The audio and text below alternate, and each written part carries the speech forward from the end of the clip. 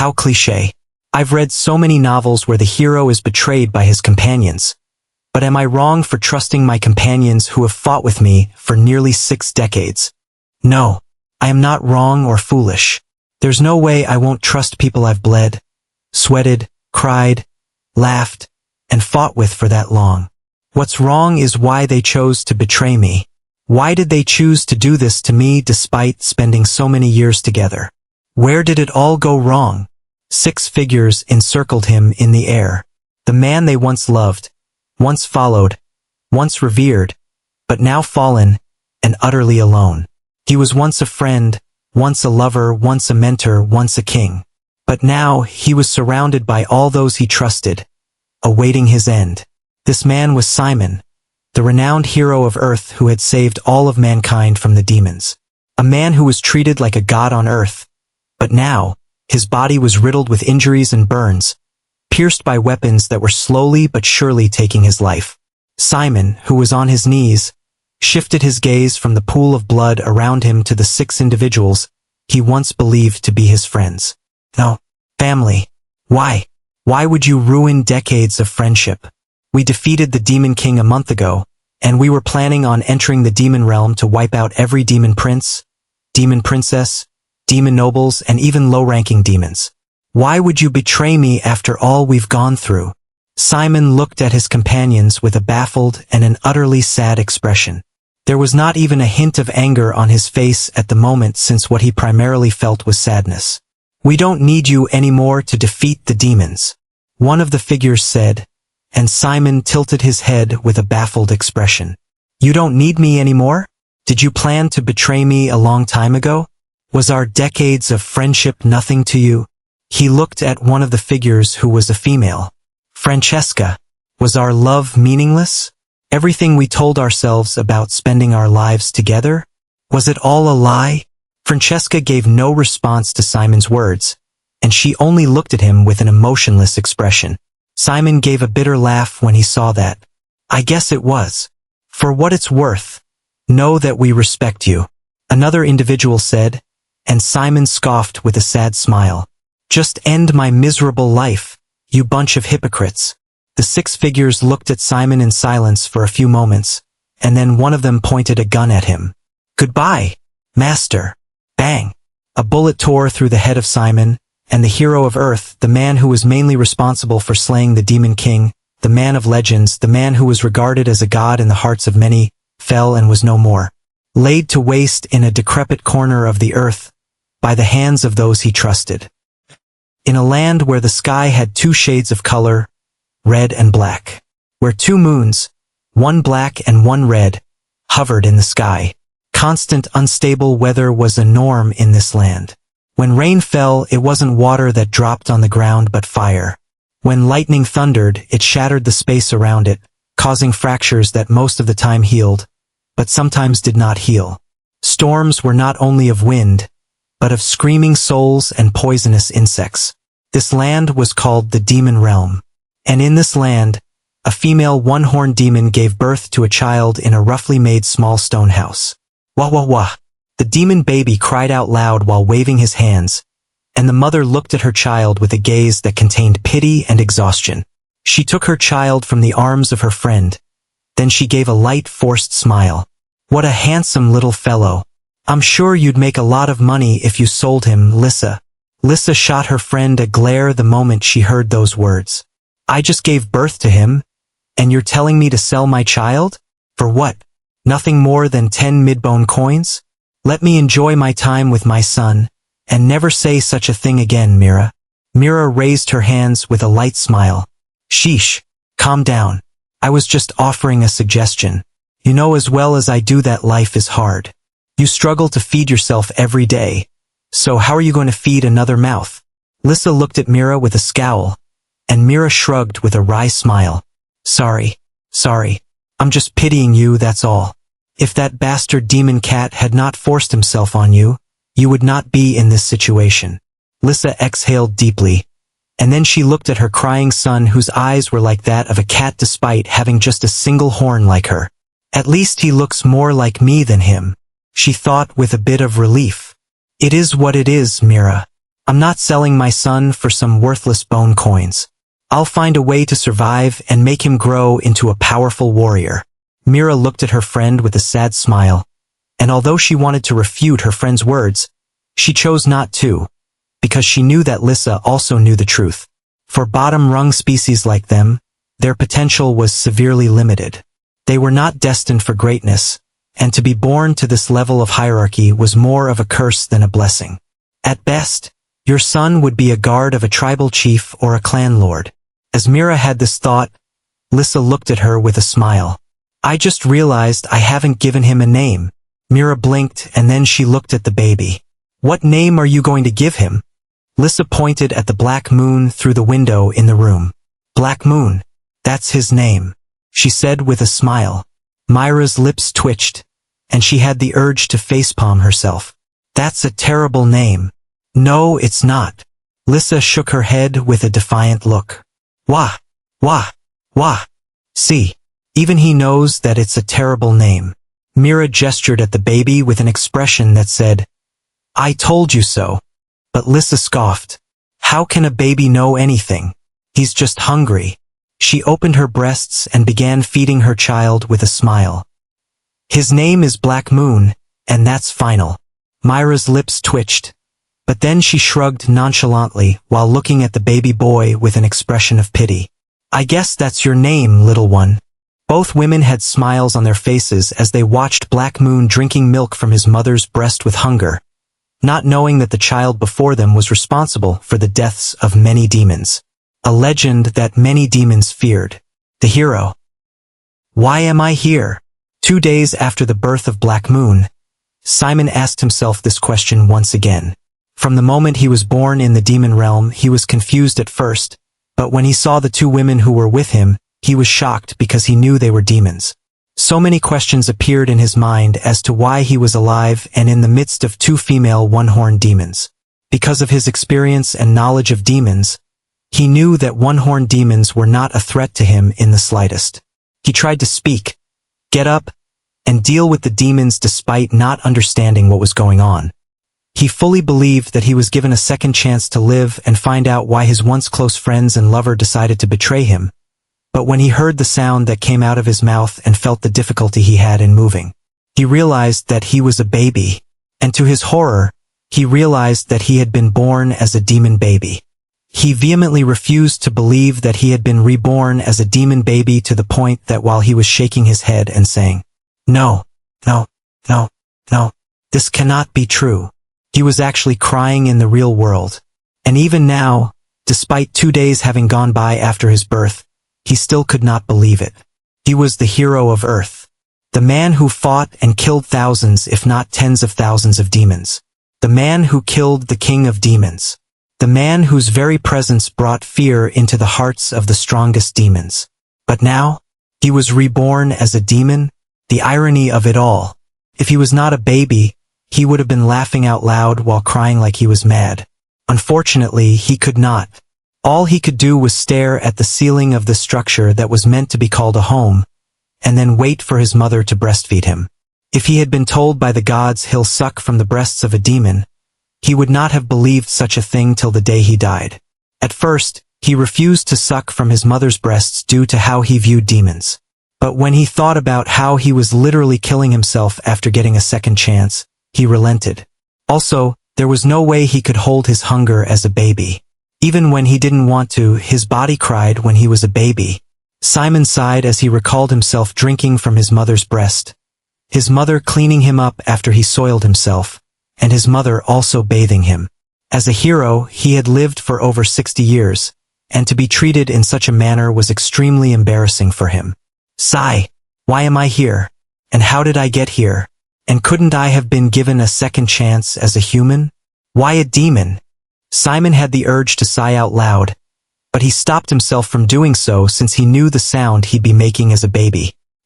He forced himself to turn the side, and he saw his mother's sleeping face as one arm was placed over his body. They were not sleeping on a proper bed or a makeshift bed, but on the bare floor. For the past 2 days, he had seen the state he and his mother were living in, and it was absolutely terrible. They barely had anything in their house, and if he was right, His mother was even finding it difficult to eat. Even the clothes she wore were made out of poorly made old beast skin, and they barely covered her private parts. Just great. I'm given a second chance against life, but in a dirt-poor family. Sigh. Did I use up all my luck in my past life? A light of reminiscence flashed in his eyes for a second, but then he pushed down those memories since he knew he had to focus on the present. Since I don't know why I'm here and how I get here, I'll have to focus on my current problems. I can do nothing as a baby right now, but I should have a plan for the near future. So, the first dash. Simon found his eyes closing and he yawned. He was sleepy, and despite his attempt to stay awake, it was all for naught. This body can't even stay awake for an hour. I just woke up not too long ago, damn it. Simon's eyes closed, and then he went to sleep with his mother beside him. 6 months passed, and Simon waved at his mother who was at the door with a smile. I'm going, Black Moon. I won't be long. Simon's baby lips twitched when he heard his name, but he didn't stop waving. Lissa waved with a bright smile, and then she walked out of the house and closed the door. I hate that name. Of all the names you could think of, why did you have to give me that name? Simon shook his head, and then he sat in a cross-legged position. After 6 months of patiently waiting to grow and have better mobility and control of his body, he was finally ready to start the first phase of his plan. Getting stronger. Although this sounded easy on paper, it was anything but easy because he had very limited knowledge on the way demons grew stronger. When it came to power, demons and humans were extremely different. Demons wielded chaos, or in simpler terms, magic. A demon could use magic like fire magic, shadow magic, dark magic, space magic, and the likes. Meanwhile, a human gained power through blessings. These blessings were gotten from gods who chose to help humans fight against demons, and as a hero in his past life, Simon definitely had a blessing. On Earth, demons were the enemies of mankind. Portals suddenly appeared all over the world one day, and these portals led to the demon realm. Also, on the day portals appeared, other beings arrived on their planet. They called themselves the Heralds. The Heralds had the strangest appearance humans had ever seen, and some even had nightmares because of their appearance. They wore masks on their faces, and they appeared like cracked marble statues with golden light seeping from fractures on their bodies. Whenever they spoke, the sound originated from their entire bodies and not their lips. Sometimes, a piece of their body chips off and reforms mid-conversation. They also had lanterns beside them that sometimes emitted screams and whispers that could harm mortal humans. Shadows from their lanterns formed shapes like claws, eyes, of wings behind them. Many had joked that if the heralds were said to be demonic beings, they would believe, but they were not. They were sent to Earth by gods who desired to help humans out of compassion. They brought a system to every human, and then they told the world what was going on and what they needed to do. Survive and fight the demons so that they can protect their world, Earth. They also gave them the ability to fight demons, and this ability was called a blessing. Every human received a blessing, and the type of blessing varied. There were 4 types of blessings: guardian blessings, elemental blessings, martial blessings, and divine blessings. Guardian blessings were gotten from beings that were demigods, a step below gods. Elemental blessings were gotten from elemental spirits. Martial blessings were gotten from martial spirits. And divine blessings were gotten from gods. One might think that all blessings were gotten from gods, but that was not true. There were billions of humans on Earth, and the number of gods was clearly not up to that. Although there was no official grading of blessings, it was widely accepted that divine blessings were most often stronger than guardian, elemental, and martial blessings. However, Simon knew that there were some guardian, elemental, and martial blessings that were stronger than some divine blessings, and also had higher potentials. Back in Earth, Simon had a divine blessing, and his divine blessing was a strange one. 7 stars. That was what his blessing was called, and it was a blessing that allowed him to become the strongest human on Earth. 7 stars was a blessing that allowed him to have only 7 abilities, unlike every other person that could gain several abilities either from their patrons or from other sources. However, His blessing allowed him to improve his proficiency of the abilities at a rapid pace while also allowing him to break past the limit of the ability. When he first got this ability, he thought it was an ability that would severely limit him, but as he progressed on the path of power, he realized just how powerful his ability was. The Nameless One. Simon thought with a slight frown as he recalled his patron god on Earth, and he wondered if he or she was the person responsible for his reincarnation. It has to be. I know nothing about my patron god since he doesn't communicate with me, and he's so mysterious to the point that no other god has ever spoken of him, or they dared not to do because of fear. Simon exhaled softly, but his lips twitched slightly when he heard the cute sound he made. I'm still a baby. A demon baby to be precise. Simon shook his head, and then he focused on what he really wanted to do. Without blessings, there was no way humans could protect Earth from demons. Demons were physically stronger, faster, more durable, and they could also use chaos/magic. And those with powerful bloodlines also had bloodline skills and abilities. As a demon, Simon knew that if he wanted to survive and not die so quickly after being given a second chance, he needed to get stronger. However, he needed to get stronger using the methods of demons, and this was where the problem was. His knowledge on how demons progressed and became stronger was not sufficient. There was no system or translucent screen in front of him to show his progression and requirements to reach the next level. However, after spending 6 months as a baby in the demon realm, Simon had done one thing apart from observing his mother and taking peeks outside their house. He had been studying his body, and he noticed something he did not expect at all. He still had his blessing. He could feel it deep within in his soul, and he was extremely happy when he realized this. He had no idea why or how it was possible for a demon to have a blessing, but he guessed that it was related to his patron god. My patron god keeps on becoming more and more mysterious. Was this a mistake? Or was it intentional by my patron god? How powerful are gods anyway? I found myself asking this question numerous times in my past life. Despite being so close to becoming whatever, let's leave the past to the past and move on.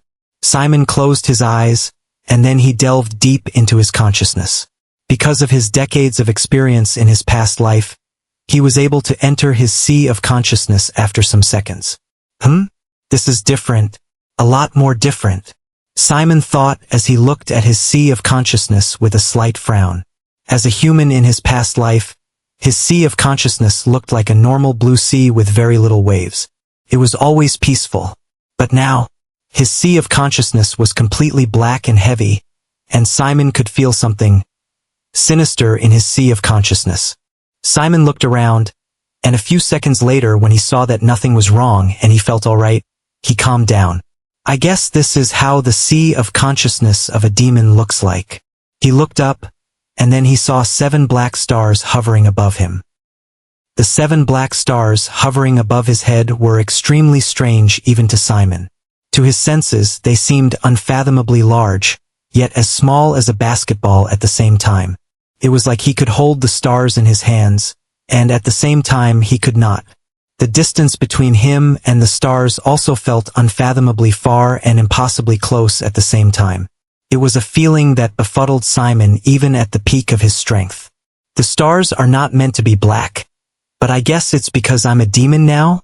As Simon looked at the 7 black stars which represented his blessing as a hero, his eyes flickered with surprise and confusion. 6 of the black stars had no visible runes in them, but one had a rune. One of my skills as a hero? Once a star was branded with runes, that meant he had a skill, and after observing the runes for a few seconds, he knew what the skill was. Fearless. Simon was surprised that he still had this skill after being reborn in the demon realm. He expected not to have any skill after realizing he still had his blessing. I don't have Indomitable Body, Starlight Sword, Phantom Step, Divine Flame, and Hero's Aura, and Hyper Regeneration. Well, those skills are good, but I struggled so much to improve my original skills to transform into all of that. Iron Body became Indomitable Body. Wind Slash became Starlight Sword, Echo Step became Phantom Step, and well, the rest transformed too. If I had all those skills with me, it would have been easy to quickly regain my power and survive in the demon realm. And in a way, it's a good thing I don't have those skills since I should be able to get better ones. Because I had no understanding of my blessing, and because I knew very little about the world and the path to power, I ended up choosing skills that I would not choose with my current knowledge. Although I wish I had hyper-regeneration and divine flame since both skills are what allowed me to kill the Demon King back then, it's a good thing I don't have any of those skills since they required divinity to be used. I can imagine how my life would end in a flash if I ever emitted an iota of divinity. Simon shuddered as he thought of countless demons, especially powerful ones surrounding him and tearing him to pieces if they ever discovered that he was the hero that had killed their Demon King. Sigh. Oh well, fearless is very useful too. It was one of my earlier skills, and at first I thought it was useless, but whenever I faced extremely powerful beings whose very presence could make me tremble in fear and fall on my knees, the skill made me to feel none of it. I feared no one back then, not even when a god challenged me and attempted to end my life out of anger. A slight smirk appeared on Simon's lips as he recalled the past. He looked at the black star that possessed the skill Fearless, and then he willed for the star to baptize his entire being with the skill. A thick beam of light fell upon Simon from the black star, and he closed his eyes as he felt his spirit and body experience changes because of the skill. He could feel his infant body becoming slightly stronger due to baptism, but it was not a significant increase in strength at all. It was extremely minor and was not noticeable by an outsider in the slightest. Although his infant body had gotten slightly stronger, the biggest gain happened to his mind and spirit. He could feel an aura wash over his spirit and transform him, and although he had gone through this before, he had not felt such changes to his spirit with much clarity and detail before. And the reason for this was because he had all the knowledge of over 6 decades in him. After a minute, the black beam of light subsided, and Simon could feel himself feeling a lot different compared to before. I feel like I've gained a tiny fraction of my previous self, but it also feels different because I'm now a demon. Simon looked at the 6 black stars without runes, and a curious expression appeared on his face. I wonder, now that I'm a demon, how do I get skills? Unlike my past life where I gained skills from killing demons and completing quests through the system, I have no way to get skills. No, that's a lie. I do. Simon narrowed his eyes as a thought came to his head. Humans progress using the system, but the way demons progress is much different. I don't know much, but I know that their hearts are their source of power. There are 2 power rankings of demons: bloodline ranking and heart ranking. Both paths of power are important, but it's well known that the bloodline path is the most important, most vital, and most powerful path. Without a powerful bloodline, a demon cannot attain a high heart rank. There's more information, but what I want to know is if I'll have to start consuming a demon's heart to get their skill, or does the demon realm have a way to store skills? Would my blessing allow me to possess 7 bloodlines? Or would it allow me to possess the skills of a bloodline or of the demon? Would I be able to have the skills of a human? Or I can only have demon skills? Well, it's most likely that I'll only be able to have demonic skills since I'm a demon.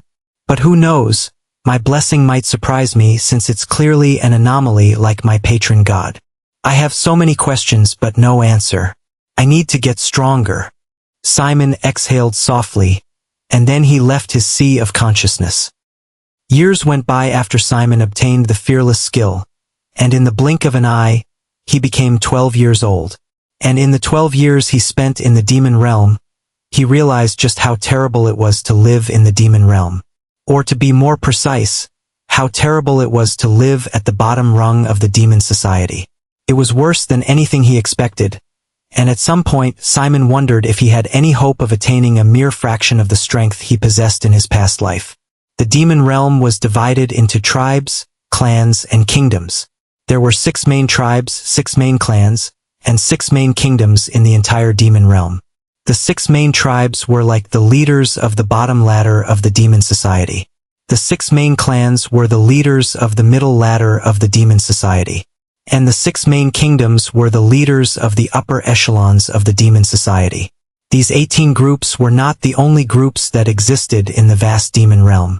There were many other groups that existed in the tribes, clans, and kingdoms, but they were all minor groups that someday wished to overthrow one of the main groups in hopes of attaining the powers and resources they once had. Simon and his mother were commoners of a minor tribe in the Wildlands. The Wildlands was a place where the tribes lived, and it was also one of the harshest places to survive. The weather was extremely terrible and unforgiving. It was extremely dry and scorching. Water was like gold. The ground was dry and broken like that of a desert. Powerful storms that could destroy people's homes were a norm, and the worst was the lack of food and resources to get stronger. Simon belonged to a minor tribe known as Duskfang tribe, and the Duskfang tribe was one of the many subordinate tribes of the Ashbourne tribe, one of the 6 main tribes. Before knowing anything about the demon realm, Simon planned on finding ways to quickly get stronger, even if it meant risking his life at a young age to fight demonic beasts. But he could not even do such a thing. Why? Because the Ashbourne tribe forbade it.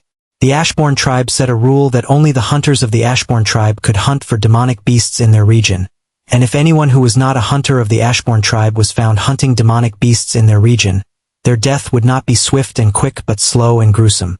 At first, Simon thought he could find a way to sneak into the Wildlands and find a demonic beast to kill and consume so that he could get stronger.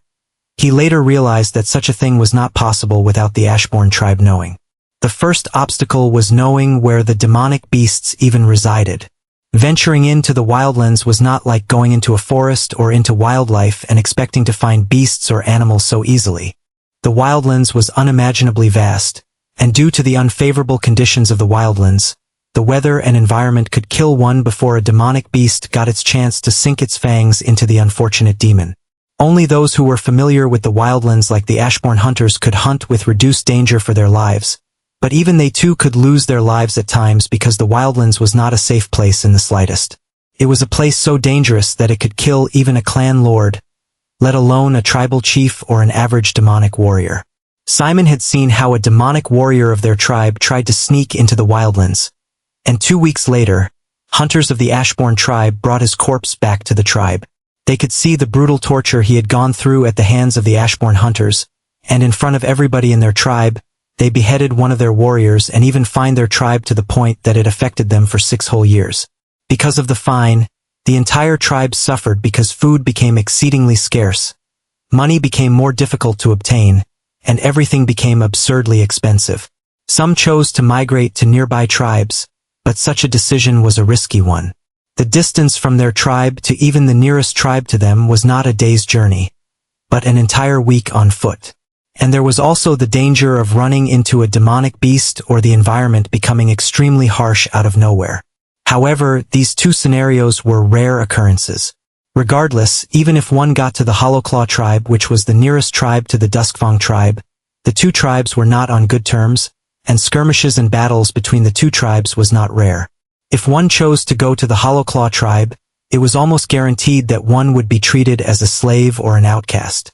Their lives would not be much better, but for some, it was more bearable than living in the Duskfang tribe after the fine. And Simon also agreed with those that left the tribe. The fine occurred when he was 7, and now that he was 12 years old, 2 years had passed since they paid the entire fine.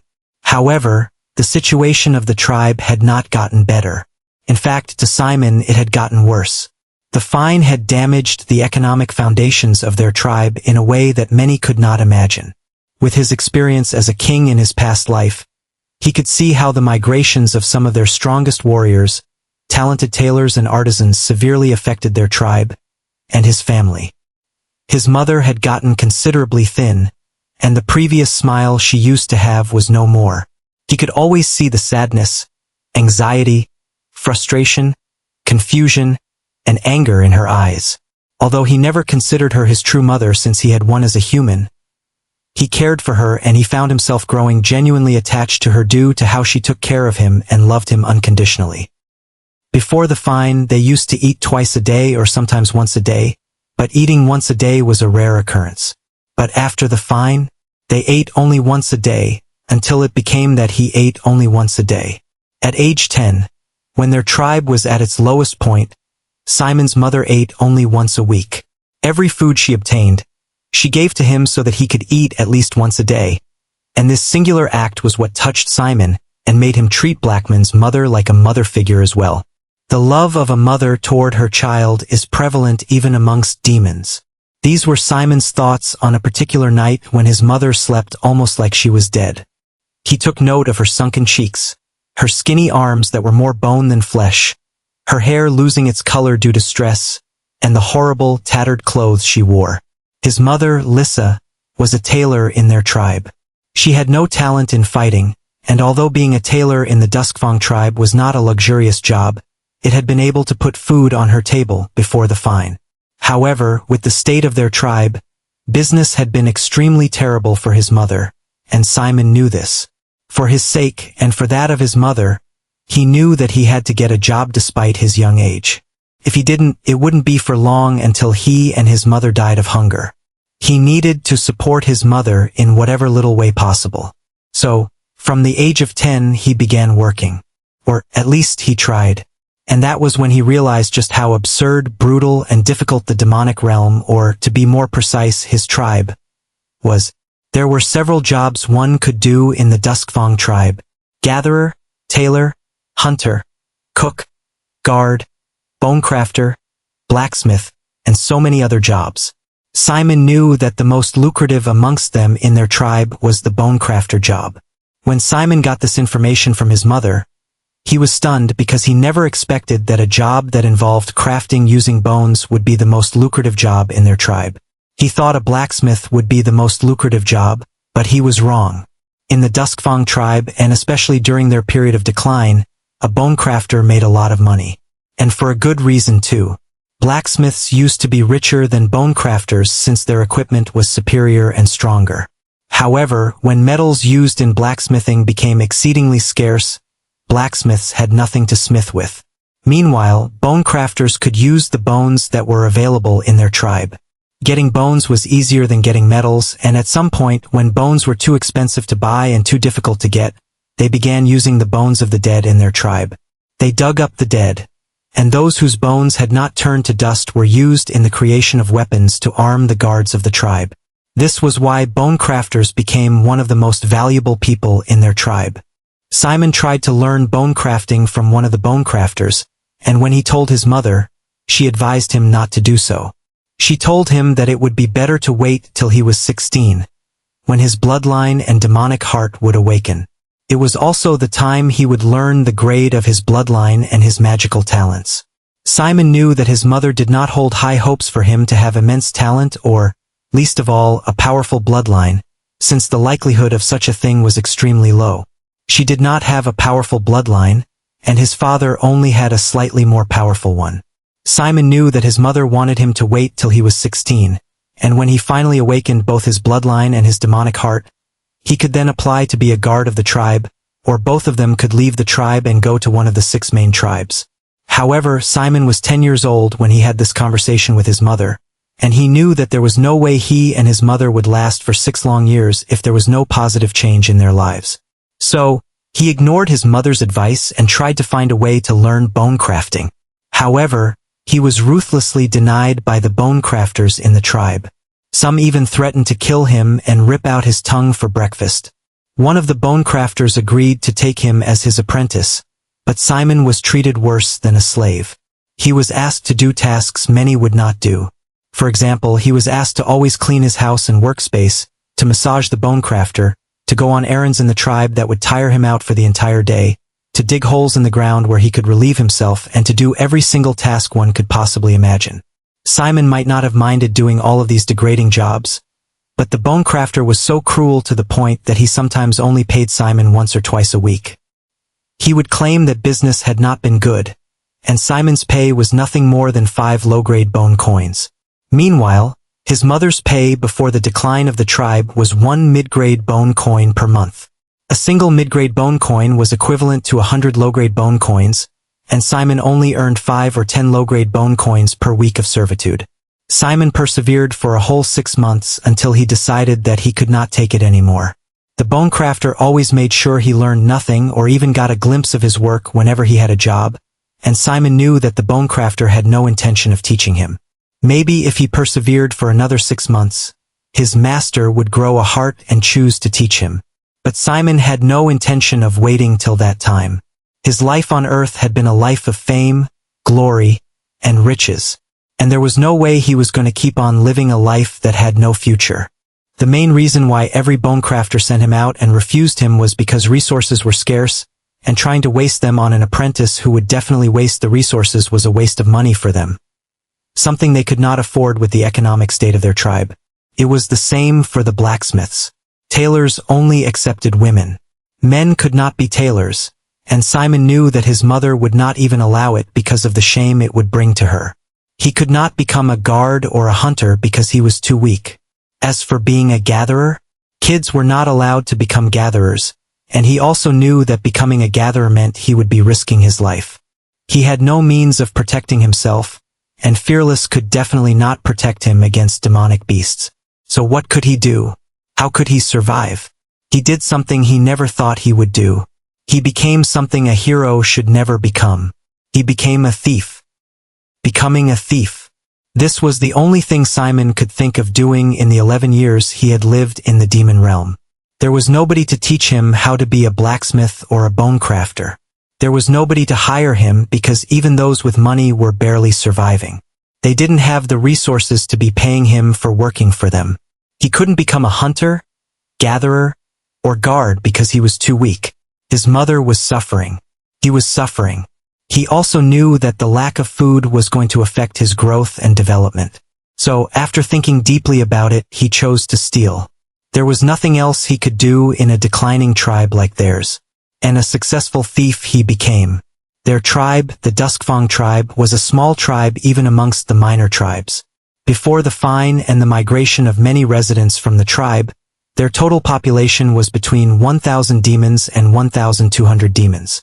They mainly had mud houses or buildings that were crudely made out of stones, and nearly every demon knew one another in the tribe. With the decline of the tribe, their total population decreased to a mere 600 heads. To become a successful thief, Simon knew who the demons that were rich in their tribe were, and he targeted those people. And the first person he targeted was the demon who had worked him like a slave. Simon held a grudge against the man, and there was no way he was going to allow such a heartless demon to go scot-free. Another reason why he chose the man as his first target was because he knew a lot about the demon and his house. He knew where he kept his stash of money, he knew the personality and behavior of the demon, and he also knew the layout of the demon's house in great detail. He had worked there for months, after all. Despite knowing a lot about the demon, Simon knew that he had to be careful because the demon was a lot stronger than he was.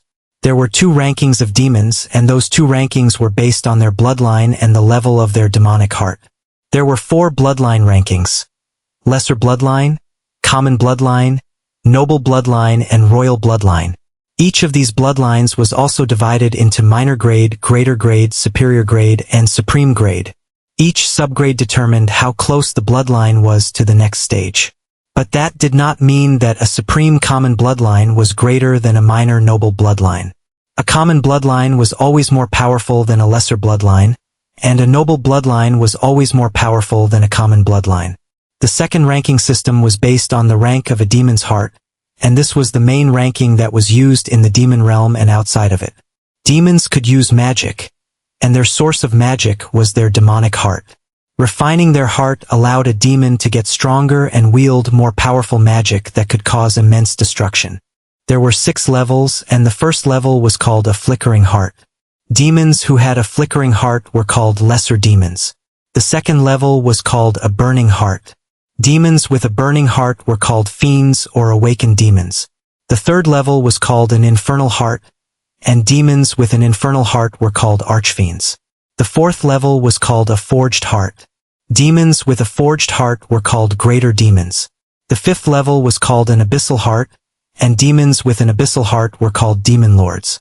The sixth level, which was also the last level, was called a cataclysm heart, and demons with a cataclysm heart were called demon kings. There were also subdivisions for each level, and the subdivisions were similar to those of the bloodline rankings. Minor grade, prime grade, superior grade, supreme grade. So, a greater demon could be classified into a minor greater demon, a prime greater demon, a superior greater demon, and a supreme greater demon. These subdivisions were steps a demon would have to take before they could advance to the next demonic heart level. A demon's bloodline and their demonic heart seemed separate because of their rankings, but the progression of a demon's heart was completely dependent on the grade of their bloodline. The lower the grade of a demon's bloodline, the lower the potential of their demonic heart. It was one of the reasons why a demon's bloodline was usually the most important thing in the demon realm. Simon had no idea what the level of his bloodline was or what magical affinity his demonic heart would awaken, but he had a feeling that it was nothing special, unless his patron god gave him a surprise. His mother was a one-horned demon, a demon with a lesser bloodline at the minor grade, and though he had not seen his father at all, or even heard about him whenever he asked his mother, he had seen his reflection in a mirror before. With his knowledge about demons, he guessed that his father was a beastkin demon of the cat lineage. Most likely not a lion or tiger lineage, but a lesser cat lineage. And he knew that beastkin demons usually had low potential.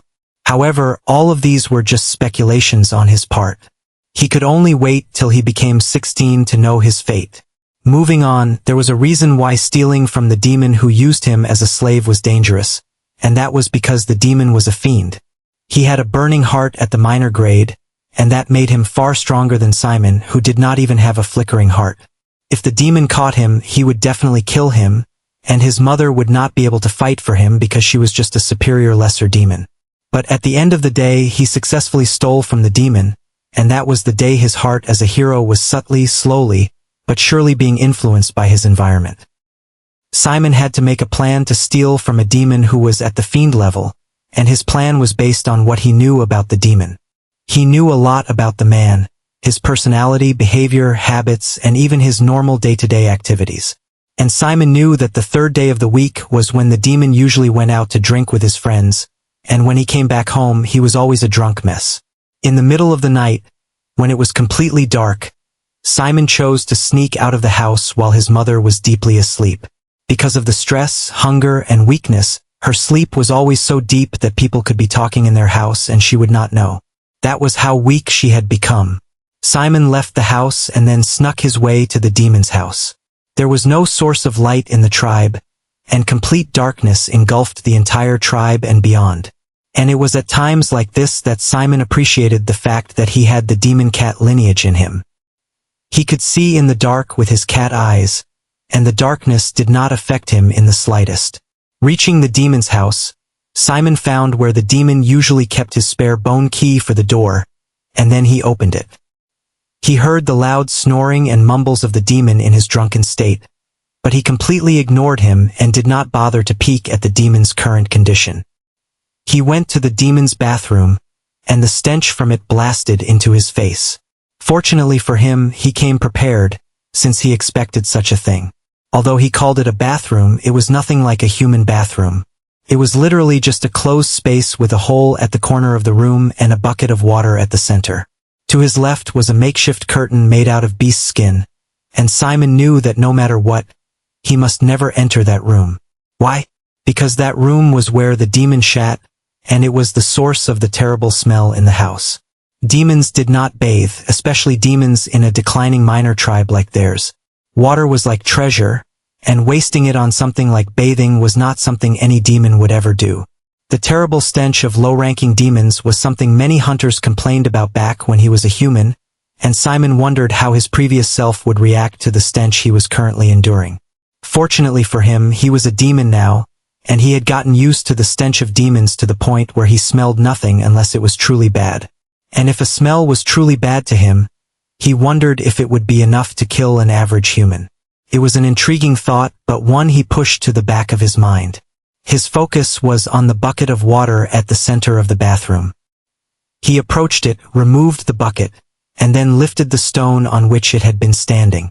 A pouch appeared before Simon's eyes, and his eyes glittered with relief and desire when he saw it. Without hesitation, he took it and hid it in his makeshift clothes. I wish I had an inventory like humans do. Humans really have a lot of advantages in some things compared to demons. That was Simon's thought back then, but it did not stop him from continuing his plan. After stealing the pouch of bone coins, he placed the stone back and returned the bucket of water to its original position. But he did not stop there. He brought out a bone the size of his finger. The bone had carvings on it, and he threw it into the bucket of water. With that, he left the demon's house, with nobody in the tribe knowing that he had just stolen from one of the richest individuals among them. The next day, the entire tribe woke up to the enraged roar of the demon, which later led to a fight between him and another demon who was a bone crafter. His mother later told him that the man who was his previous employer was accusing another bone crafter, his fiercest competitor, of stealing his money. According to his mother, there was concrete evidence against the bone crafter. A bone with the signature carvings of the bone crafter was found in the water bucket of his previous employer. This caused many demons to believe that he had stolen the money, since all evidence pointed toward the bone crafter, and many demons in the tribe began pressuring him to return the money. But he vehemently denied all accusations against him. This caused so much friction in the tribe because his previous employer threatened the tribal chief, telling everybody that he would migrate to another tribe since his hard-earned money was not safe there. He told everyone that unless his money was returned by his competitor within 3 days, he would leave the tribe. This was a major problem for the tribe because the loss of even a single bone crafter would further damage the economic state of the tribe, and the tribal chief tried to find a solution between the two bone crafters.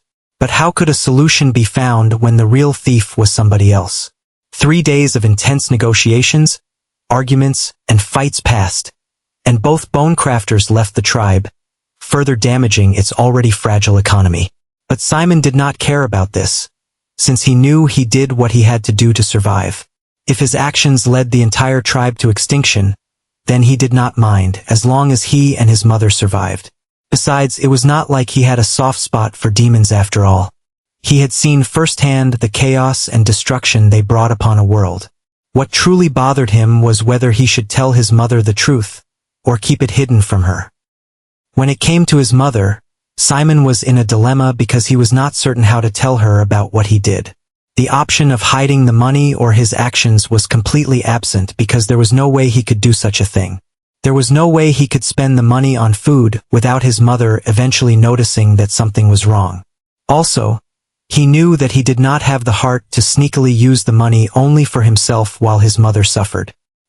His mother had sacrificed a lot for him, and it would be unfilial of him to keep watching her suffer while he enjoyed himself. What Simon was worried about was how to tell his mother so that she would not get the idea of reporting him to the village head. Although that would be a foolish thing to do, he knew that it was possible for his mother to do so. His previous employer had approximately 50 mid-grade bone coins in the pouch he stole, which was equivalent to 5,000 low-grade bone coins and also equivalent to 50 months of his mother's previous monthly salary. Such an amount would have been absurdly high before the economic crisis of their tribe, but the prices of so many things were now absurdly high, and Simon knew that the money would last them only a year if they ate like before. But Simon did not want to eat like they had been doing in the past. This was not out of greed but out of necessity. If he wanted to develop properly, he needed nutrients, enough nutrients to be able to develop properly. Although he was in the dark about the best path a demon should take if they wanted to reach the highest ranks in the demon realm, he had a feeling that proper nutrition at a young age was necessary. After deliberating for 3 days, Simon finally told his mother on a particular night when she came back late from work with sunken cheeks, hazy eyes, and a strained smile. As she stepped into their home, a slight frown appeared on his face when he saw her state. You're still awake, Black Moon? You should be sleeping so that you don't waste too much of your energy, his mother said, and Simon shook his head. I'm not tired. Lissa approached her son and then ruffled his hair. I know, but you know how difficult things are. If you don't minimize how much energy you use, you're going to end up suffering in the long run because food is now so expensive. This is also why I tell you to stop working out all the time. Simon gave a light smile to his mother. I'm working out to be stronger. I don't have to wait till I awaken my bloodline and demonic heart. Lissa gave a wry smile at Simon, and her eyes flickered with pride, concern, and anxiety as she looked at her son. Simon was a mixture of a one-horned demon and a beastkin demon of the cat lineage. He had pale gray skin with patches of white fur on his body. He also had a single tiny black horn on the right side of his head, along with midnight white hair. His messy hair was white with black tips that nearly covered half of his eyes. His pointed ears twitched slightly whenever he heard a sound from far away. Her son's build was not like that of many men among the one-horned demons. It leaned toward the slender side, and with all the strange exercises her son had been doing for years now, he had developed muscle on his lean body, making him appear attractive despite his age. His eyes were like that of a cat. His pupils were deep indigo, and his irises were golden with a tinge of gray at the edges. A short black tail swayed behind him, helping him balance when he moved, though his mother knew that her son often tried to hide his tail beneath his clothes, and she had no idea why. Her son's movements were always silent, almost too smooth, and there were times he had caught her unaware because of this cat-like trait of his. If one looked closely, they would notice his nails were slightly curved and darker than they should be. They were claws he could extend whenever he wished. Although it looked like Simon had taken more traits from his father, his face bore a striking resemblance to hers and nothing to his father, and this always eased her heart regarding the nature of his birth. He has the heart and will of a warrior. If things were not this bad, I'm sure my son would have been a great figure in the tribe, or maybe, just maybe he would have been able to enter a clan. A smile of self-deprecation appeared on her lips as she had this thought. Her eyes flickered with exhaustion. "I'm tired." "Mother?" Simon called out, and Lissa looked at him with a curious expression. "What is it?" Simon inhaled deeply, then placed his hand inside his clothes and brought out the pouch. Lissa tilted her head slightly with a baffled expression, but then her eyes widened in shock and disbelief when Simon began pouring out the bone coins from the pouch. The sound of bone coins spilling onto the floor was like a massive thunderclap in her mind and soul. Where did you get all of that from?" "I stole it," Simon said simply as he stared at his mother, closely observing her reaction. You stole it? From where? From who? How? When?" His mother's expression was completely baffled as she asked so many questions. But then she froze as a bolt of realization struck her. "It was you, your precious employer. You were the one who stole from Roy." Simon nodded and gestured for his mother to sit in front of him. "Yes, I did." As Simon gestured for his mother to take a seat after admitting that he stole from his previous employer, Roy, his mother wobbled slightly while holding her head due to the headache the revelation caused. She had no choice but to sit, and then Simon began speaking. "The reason I stole this money is because we need it. I know how terribly we've been living, and I know that we can't continue living like this or we'll die. And I don't want to die anytime soon." Simon paused, then picked up a bone coin. "If you're worried about anybody finding out it was me, you don't have to be. As you know, a lot of time has passed, and nobody suspects me." Lissa glanced at the bone coin in Simon's hand before shifting her gaze to her son's face. Looking into her son's cat-like eyes, which were filled with calmness and not a single trace of fear, the fear and worry she had within her dissipated. A mixture of concern, pride, and relief could be seen in her eyes as she glanced at the bone coins in front of her. "I never knew a day would come where my son would have to resort to stealing just to put food on the table." Lissa looked down at her hands and legs, which were more bone than flesh, and a wry smile and soft chuckle escaped her lips. "I don't even know how I feel about this, but I strangely feel relieved, like a huge burden has been removed from my back." Simon smiled when he heard his mother's words. "I know it isn't the right thing to do, but..." His mother cut him off and gave him a strange look. "It isn't the right thing to do? There's no right or wrong here, especially in the wildlands, son. The only thing that matters is survival. If I had the courage and ability to steal from others and take more risks, I would have. What you did is not wrong. I'm proud that you were able to accomplish this feat. I'm just worried about the consequences, about the tribal chief and the others finding out that you're a thief." 2 bone crafters left the tribe, and the tribal chief is angry and frustrated. Many people have been talking about how losing 2 bone crafters is going to affect the tribe even more. If you're caught, they'll definitely kill you, and me too, since I'm your mother. They'll definitely suspect me. I'm proud of you, but I'm also concerned for you. I don't care if what you did hurt others. I just don't want you to hurt yourself in the process. If I were a better mother, I would have taken these risks myself instead of putting my son in danger. But I'm not." A self-deprecating chuckle escaped from Simon's mother, and then she slowly and affectionately rubbed his head. "Just be careful as always, Black Moon. Your life is worth more than some bone coins." Simon stared at his mother with a stunned and conflicted expression. His mother noticed his look and assumed that he wore such an expression because he had expected her to scold him, not encourage him. But how could she, when he was only trying to ensure that they survived in this brutal land? And she was right, but not completely. Simon looked this way because he had not expected her to encourage him at all. He had expected her to discourage him from stealing, to warn him of the consequences, and to tell him that it was better to endure hardship than suffer the dangers that came with theft. That was what a mother was meant to do for her child. A mother was meant to think of the future, to know that stealing only had immediate benefits, while the consequences in the future could be far more deadly than anything else. But Simon forgot one thing entirely. He was in the demon realm. He was not on Earth where humans lived. He was in the land of demons, beings of evil and wickedness. Evil was natural to them, and to his mother, who was a demon, there was no such thing as right or wrong. There was only survival. Even if their entire tribe had to die for the two of them to survive, it was acceptable to her. Survival was the ultimate goal for all demons, and 99.99999% of the time they would commit evil deeds to achieve it, because it was in their nature. Demons and humans are completely different. Although humans can also be evil, they have something called a conscience. Every human has a conscience that makes them feel something when they do something bad. But demons don't have that. Demons are fundamentally different. And I've become one of them. I've always suppressed the thought of being a demon. But how do I truly feel about becoming one? I can't go back to Earth to live like a human. I'll be killed and hunted.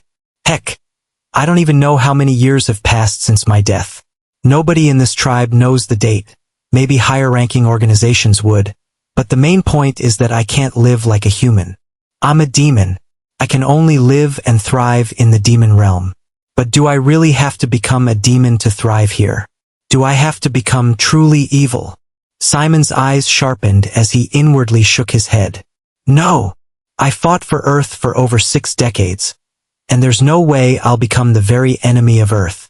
Sure, I might be a demon, but my goal is to rise and become the strongest in the demon realm, and prevent the destruction of Earth by demons, if it hasn't already happened. Simon released a slow, inward sigh, then looked at his mother, who was counting the number of mid-grade bone coins in the pouch. Let's leave all of that for now. I don't have enough information to decide my future path. For now, I need to get stronger, leave this tribe for a better place. If possible, a clan, even if it's a minor one. After that, I'll gather information, grow stronger, and then save Earth, if it hasn't been destroyed. Simon and his mother spoke about how best to use the money he had stolen, and his mother wanted to use it sparingly due to the fear of not being able to obtain more money in the future and the fear of people noticing the sudden change in their living conditions.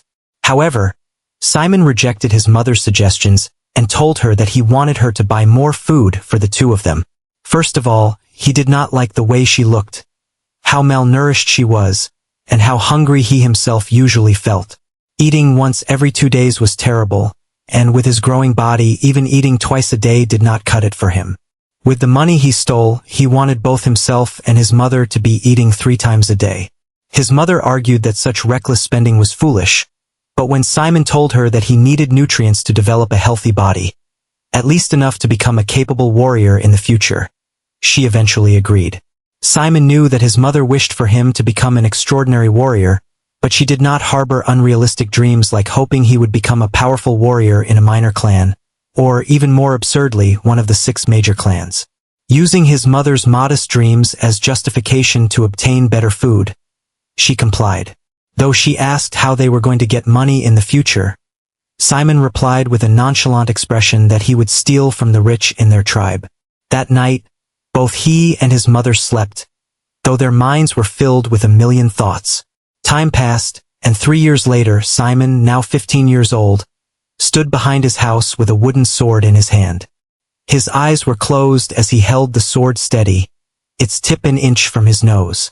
In front of him was a wooden tree riddled with scars and cuts, and a moment later, a leaf drifted down before him. His eyes snapped open, and he swung his sword at the leaf with lightning speed. However, the scene where the leaf was split in two did not occur. Instead, the leaf merely fluttered away as Simon's wooden sword brushed against it. Simon's lips twitched repeatedly before he let out a sigh. It seems I still have much more training to do with the sword. He lowered his stance and examined the wooden sword in his hand. I thought that with my knowledge and experience, I would be able to master the sword quickly, but it seems it'll still take time with this body. Besides, it's only been a year since I started training with a sword, and he turned the wooden sword to the side. Seeing its rough edges and crude craftsmanship, he could not help but sigh again. With such a poorly made sword, hoping to cut a leaf at his current strength was extremely difficult. Difficult? Yes. Impossible? No.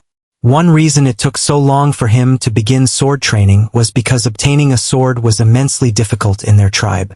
Unlike Earth, where trees were abundant, in their tribe, where water was scarce and precious, trees were exceedingly rare, which made wood extremely valuable.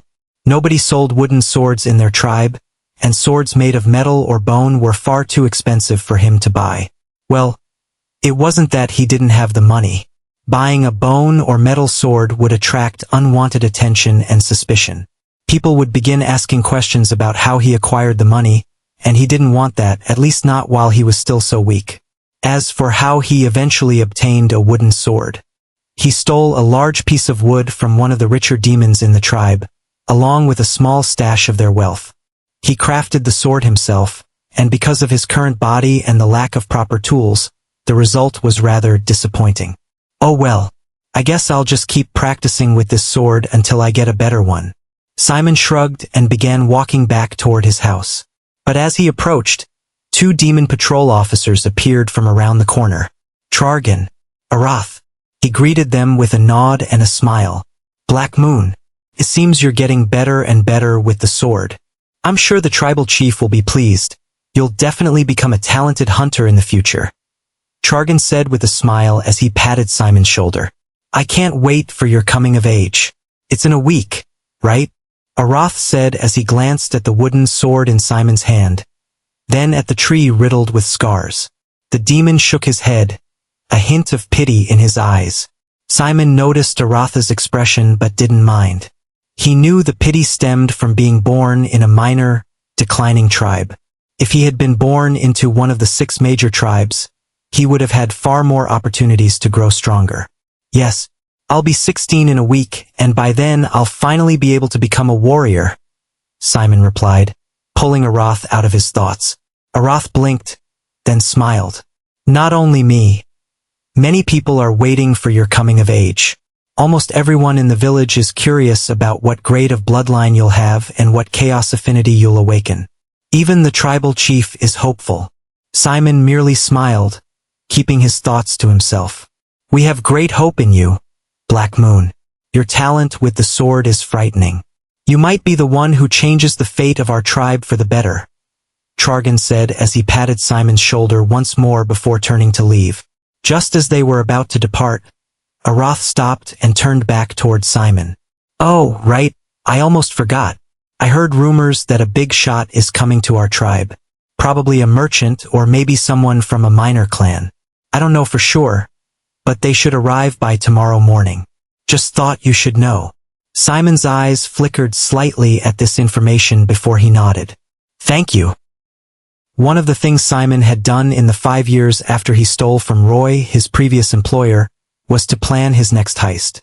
He obviously could not steal from somebody else so quickly since he was certain that it would put the tribe on high alert. He needed time for the tribe to relax and not expect another robbery. Besides, with the money he stole from Roy, he and his mother could eat 3 times a day for a whole year without problem. And they could also afford to buy some other things with the money. However, such reckless spending would definitely attract suspicion from other members of the tribe. So both he and his mother agreed on just eating better food. and that made living a whole lot easier for them. Eating 3 meals a day provided him with enough nutrients, and with that, he was able to work out more than normal. From the age of 5, he had begun working out, and though age 5 was an extremely young age for humans to start working out, he was a demon. And one-horned demons had thrice the physical strength of an average male. His constitution was one thing that stunned him in his earlier years, and although he already knew that demons were much stronger physically, being a demon and feeling the strength he had was an entirely different feeling. Moving on from that, Simon knew that he had to choose his next target and also plan carefully for his next heist, and that he did. For 5 years, Simon had carried out a total of 5 robberies. 1 per year. This was a small number, but in their tribe, his actions caused many to cough out mouthfuls of blood in anger and disbelief. Every single person he robbed was rich, and what he always did was to sometimes leave clues that hinted at another rich individual or an enemy of the victim being the culprit of the robbery.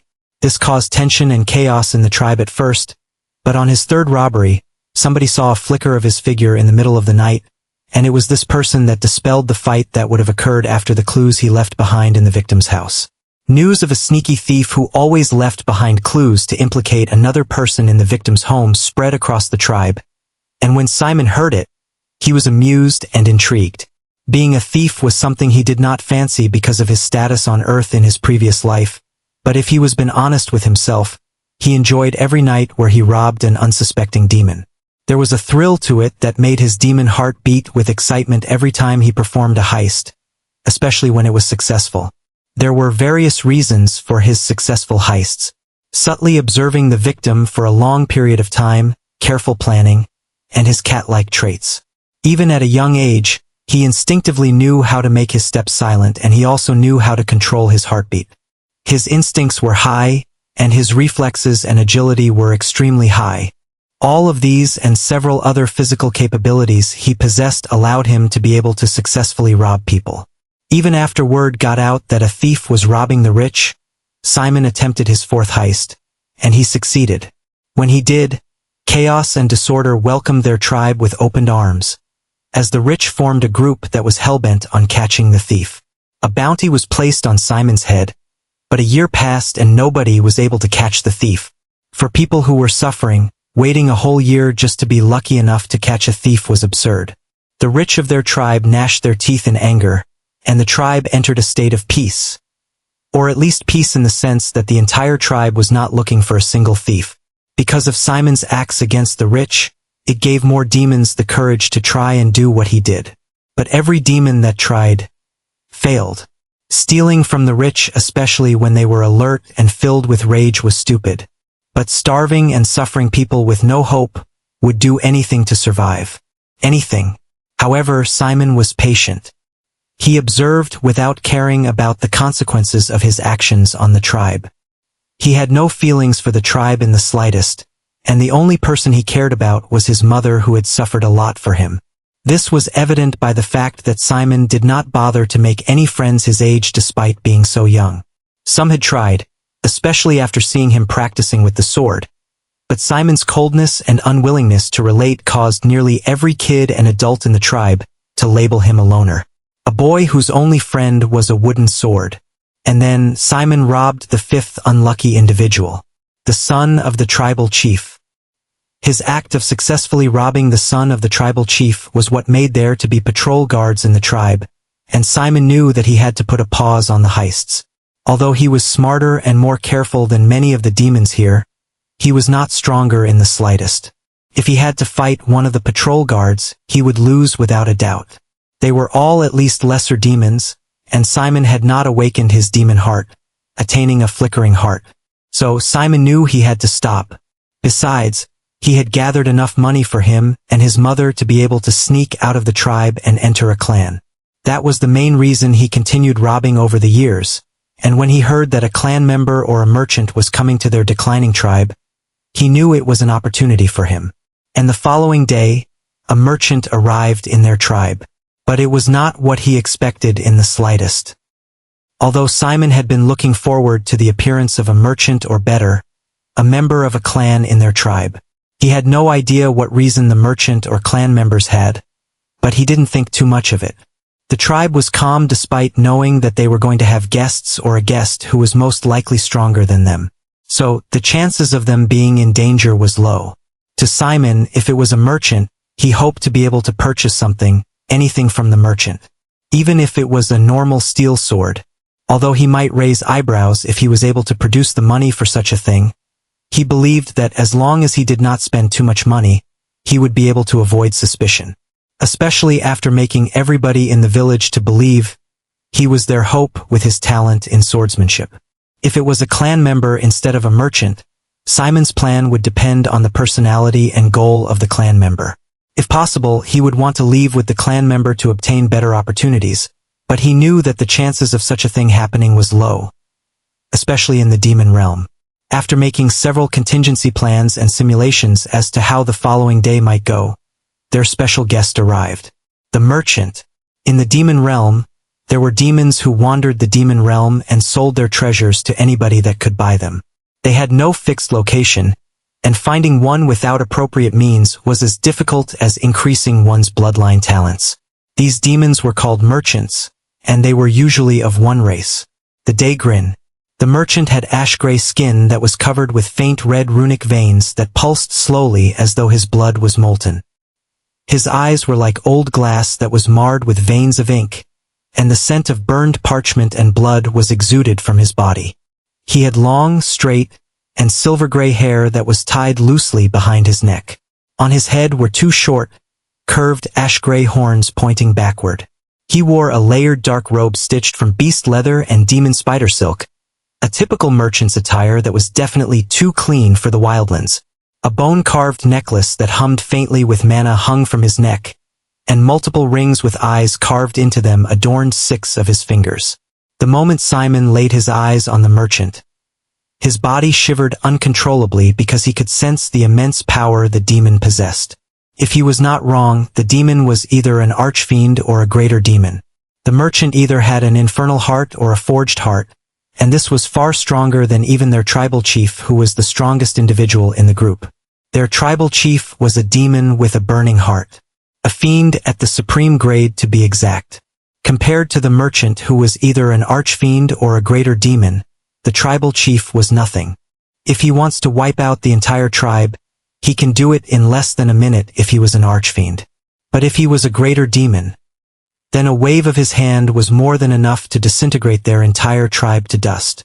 For the first time since he was born in the demon realm, Simon felt frustrated by his weaknesses. Because he had not even awakened his demon heart, he was not certain what stage of demonic heart the merchant had attained. This lack of information was dangerous, or was it? Whether he's an archfiend or a greater demon does not matter. Both are extremely dangerous to the tribe and to me.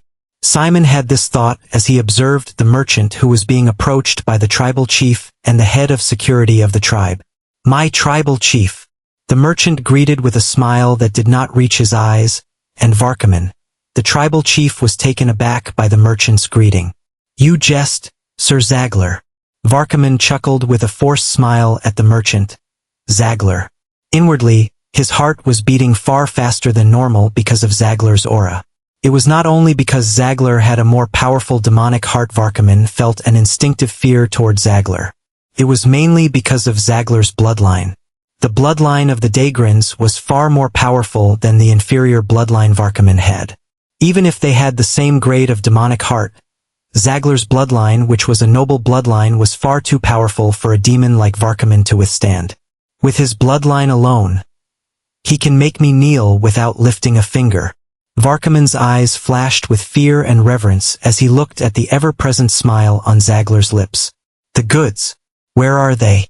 I'll make sure to offer a good price for them. Zagler's words caused Varkaman to recall that they were actually here on a rather important business. Forgive my manners, Sir Zagler. I'll get them. He bowed, and then he looked at the head of security. Bring them out. The demon nodded, and then he whistled at a nearby building. To the surprise of Simon and the other demons that were watching, several guards held chains and dragged forward dozens of demons. The moment they saw the demons that were being dragged out, Simon's eyes widened in disbelief, and so did the eyes of the several demons of their tribe. Wait, aren't they from our tribe? Is the chief selling them to the merchant? Is the chief selling our people to the merchant? That can't be right. Murmurs and whispers flowed across the tribe as they watched members of their tribe being dragged toward the merchant. Simon had a stunned expression as he watched all of these unfold. A part of him wished to rush out and decapitate the tribal chief and the merchant because of his past experience with slave traders and human traffickers. But he was too weak to change anything. He was just too weak. Despite the fact that it was not humans but demons that were being traded as slaves, it still left a bad taste in Simon's mouth as he watched members of their tribe being given to the merchant like worthless beings. The traded demons were either orphans, homeless demons, or demons that had a terminal illness. None of the demons were healthy or had a family member that came out to protest and try to save their family. Simon could also see beatings on some demons, and he knew that some of the demons had not agreed to be traded willingly. Because of the economic state of our tribe, the chief decided to take a more extreme measure by trading members of the tribe that are basically useless to the tribe. The state of the tribe is what makes those demons useless, but the chief decides to discard them like worthless garbage. And for how much? Is doing such a thing worth it? If the amount he's selling them for is able to help get the tribe out of this economic state, it's all good. But trading of your kin is something that would always revolt me. I doubt these demons, these kids and elderly people would be treated right or would even survive. Demons are heartless individuals, and I'm fairly certain that the merchant does not want so many low-ranking and wretched demons so to help them. He has no reason to help them, which means that he either wants to devour them for himself or he wants to use them as an experiment. Images of scenes on Earth where he encountered slave traders and human traffickers smuggling children and several other humans to demons and demons in human skin. It was something he could not forget even after reincarnation. All of them are demons. All human traffickers and slave traders are demons and completely evil. Simon looked around, and he could see the hesitation on the faces of some demons. After listening and observing for a few seconds, he knew that there were some demons that wished to fight and confront the chief because of what he was doing, but the sheer presence of the merchant was a massive deterrent. Just the fact that he had a much more powerful demon heart was one that caused nearly all the demons to almost fall on their knees. His bloodline was worse, and if not for the fact that the merchant was not releasing his aura on purpose, many demons in their tribe would be gasping for air while on their knees. Although everybody felt immense pressure from the merchant, Simon felt none of that. Not because he had the mental fortitude of his past life, but because of the skill Fearless. With Fearless, he did not have that instinctual fear and suppression of higher-ranking demons, which was why he was extremely calm unlike the others. It is what it is. Simon decided to just watch what was going on. If the merchant just came here to buy other demons from the tribal chief, then all of his planning and thinking overnight were all for naught. Minutes went by, and after the merchant and the tribal chief concluded the transaction of the merchant, the guards brought the chained demons close to the entrance of their tribe. Simon was about to leave, but then the merchant looked at the crowd of demons that were looking at him with fear, reverence, and also a bit of anger. Zagler gave a light smile when he saw the crowd. My tribal chief, surely you don't mind if I try to sell some of my goods to them. He looked at Varkaman with the same smile he had from the moment he stepped foot in the tribe. It won't be good if I don't try to make back some of my money as a merchant. Varkaman nodded with a forced smile and sweat appearing on his forehead. He had no idea why Zagler kept on referring to him as my tribal chief. It was absolutely putting him on the edge. If possible, he wanted Zagler, who was basically a walking disaster to their tribe, to leave as quickly as possible. Of course you can sell some of your products, Sir Zagler. Zagler nodded, and then he approached the crowd of demons. Hello there, my people. Zagler greeted with the same smile. I know some of you may wonder why I'm taking those young ones, but let me tell you that they're going to serve a greater good. They would finally get the rewards they deserve for all the suffering they've suffered. Zagler paused, and then he waved his hand. A black table covered with a red cloth appeared in front of the merchant. He snapped his fingers, and then an array of multiple items appeared on the table. The eyes of everybody, including Simon, glittered with surprise and desire the moment they laid their eyes upon the items. I am but a humble trader of curiosities, curiosities that whisper, that hunger, that change their owners. So, who wants to trade with me? Everybody looked at Zagler for a second before approaching the merchant. Although they were poor, the items Zagler was selling caused their hearts to quiver in awe. Because of his cat-like agility and body that was extremely flexible, he was able to weave through the crowd to get a front-row view of the items. When he did, his eyes flashed with an unknown light. Crimson Fong powder? Soul ink? Gloomweed extract? Ashheart charms? Blood crystals? Whispering skull? Shard of a fallen rune? Night glass dagger? Eye of the forgotten? Simon had a slightly baffled expression as he saw the items the demon was selling, and although he had the urge to ask the demon about their uses and descriptions, when he saw the price on them, his lips twitched. Infernal shards? Not bone coins? Is this demon trying to make fun of us? Simon was about to look at the demon with a frown, but then his eyes landed on a particular object. A blood essence? Simon stared at the vial that contained the blood essence. The blood essence in the vial was completely black, and Simon could have sworn he saw a maw appear on it for a brief moment. Am I seeing things? Simon rubbed his eyes with a baffled expression, but he didn't see the maw in the blood essence anymore, making him to believe he had seen wrong. That blood essence. I wonder what bloodline it contains. I've never seen it before. Simon looked at the tag on the vial, and when he saw the name of the blood essence, his eyes flickered with a curious and calculating glint. A devourer's blood essence? I never encountered a devourer in my 6 decades of being Earth's hero. What type of demon is a devourer? Simon tried to find the price of the blood essence, but he found nothing. Simon was not the only demon that noticed the presence of the vial of black blood essence. Other demons noticed it, and they asked about the price of the blood essence. How much is that blood essence? A demon in his 30s asked, and Zagler looked at the demon with his ever-present smile. You can't afford it, young one. The demon was taken aback when he heard the merchant refer to him as a young one. As a demon in his 30s, he was definitely not young. But when he thought about the immense power the merchant possessed, every thought of correcting the merchant's words vanished from his mind. At least tell us the price, Sir Merchant. Who knows, one of us might be able to purchase it. Another demon said, and Simon recognized this demon. He was one of the rich demons in their tribe, and Simon had made him one of his potential victims in the future. Zagler looked at the rich demon, and a light of disdain flashed in his eyes. All right, since you're so curious, the price of this blood essence is 1 low-grade infernal crystal. Everywhere became completely silent the moment they heard this, and even Simon was left stunned. The reason for this reaction was because of how absurdly expensive the blood essence was.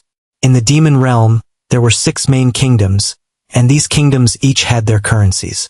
The 6 main kingdoms were the Infernal Kingdom, the Abyssal Tide Kingdom, the Titanfall Kingdom, the Storm Kingdom, the Darkness Kingdom, and the Nether Kingdom. The Duskfang tribe was in the region of the Nether Kingdom, and the currencies used in the Nether Kingdom were bone coins, infernal shards, and infernal crystals. The currencies also had subgrades, but the exchange rate of each currency were: a single low-grade infernal shard was equivalent to 1,000,000 peak-grade bone coins, and a single infernal crystal was equivalent to 1,000 peak-grade infernal shards. This meant that 1 low-grade infernal crystal was equal to 1,000,000,000 peak-grade bone coins. This was an amount of money that was worth more than their entire tribe. It was an amount many could not even fathom. Even Simon, who was secretly one of the richest in the entire tribe, did not even have up to a single % of such a money. I only have about 1,000 mid-grade bone coins. Buying this item or any item on this table is not possible in the slightest. Simon glanced at the merchant, and when he saw the hidden disdain and disgust in his eyes, he was not surprised. Who knows, the blood essence might be more expensive than what he said. He probably said it because he knows that none of us could afford it even if he called a lower price than normal. Simon gazed at the vial of blood essence in intrigue, and he wondered what abilities the blood essence had. From the knowledge I have of demons, If I'm able to absorb the blood essence and absorb it fully, my bloodline would experience an evolution and completely change. It'll enhance my talent. My useless bloodline would have far more potential.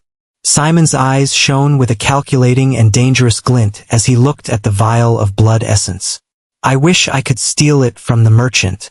I need it to improve my chances of survival in the demon realm. Despite having this thought and several other thoughts of how to steal the vial of Devourer's blood essence without getting caught, he decided to push down all those thoughts since he knew that the chances of him coming out without getting caught was very low. He looked at the merchant. Do you have a sword made out of metal? Can be the cheapest sword you have. I just need a sword that's made out of metal. Zagler looked at Simon with a raised brow hearing his request. He had noticed the way Simon stared at the Devourer's blood essence with desire, but Simon was not the only person to have such a heated gaze. There were many other demons that stared at the vial without blinking once, and Zagler knew that it was only because of his presence. A brutal fight was not ongoing right now. Of course, I have what you need, young one. Zagler snapped his fingers, and a dozen swords appeared in front him. Choose one. Simon looked at each of the dozen swords with slightly furrowed brows. He tried to use his knowledge of the swords to try and see if he would be lucky to find a sword that seemed normal, but was not. Just like how some main characters in some novels were usually lucky. Unfortunately, all the swords were normal swords. There was nothing special about them. He picked a long sword made out of black iron, and then he looked at Zagler. How much is it? He asked with a slightly cautious expression. Zagler smiled when he saw Simon's expression. Normally, it's meant to cost a single infernal shard, but for you, young one, I'll sell it for a single mid-grade bone coin. If you do, I'll sell it to you. And if you want to buy the scabbard, you'll have to pay another mid-grade bone coin. So 2 mid-grade bone coins in total, young one. Simon's eyes widened, and then he quickly fished out a mid-grade bone coin from his pocket and gave it to the merchant before he changed his mind. Zagler smiled as he collected the bone coin from Simon. Nice doing business with you, young one. Zagler gestured with his finger, and Simon's black sword slowly landed in his hands. Here, this is its scabbard. Zagler gave Simon a black scabbard, and Simon took both of his items with relief and happiness. Getting happy over a common sword was something he never knew he would feel, but only he knew how much he suffered not having a proper sword. With this, my training with the sword would experience a drastic increase. Simon placed the sword in the scabbard, ignoring the looks of jealousy and greed in the eyes of others. Just as he did this, a commotion happened in the direction of Varkaman, the tribal chief. One of the chained captives that was sold to the merchant killed an unsuspecting guard by stabbing him in the neck with a hidden knife. The man tried a desperate attempt to escape, but how could he escape with so many guards around? The guard stopped him in anger, and some even beat the hell out of him due to the fact that he killed one of their own. One of the guards, who was a close friend of the dead demon guard, attempted to decapitate the captive, and the captive's plea for help was what alerted everybody, including Simon and Zagler. Simon looked at the scene with baffled eyes, and the moment he looked at the demon who was about to be decapitated, he saw Zagler appearing before the guard. Simon furrowed his brows, and then he looked in front of him, where the merchant was supposed to be. But the merchant was not there. In the blink of an eye, the merchant had moved from his front to the chained captive in the distance. Fast. I couldn't even catch a glimpse of his movement at all. It felt like he teleported when he didn't. Just as Simon had this thought, he frowned as he caught an image from the corner of his eye. He saw a hooded demon taking the Devourer's blood essence from the table while everybody was distracted by the commotion that was going on. How bold!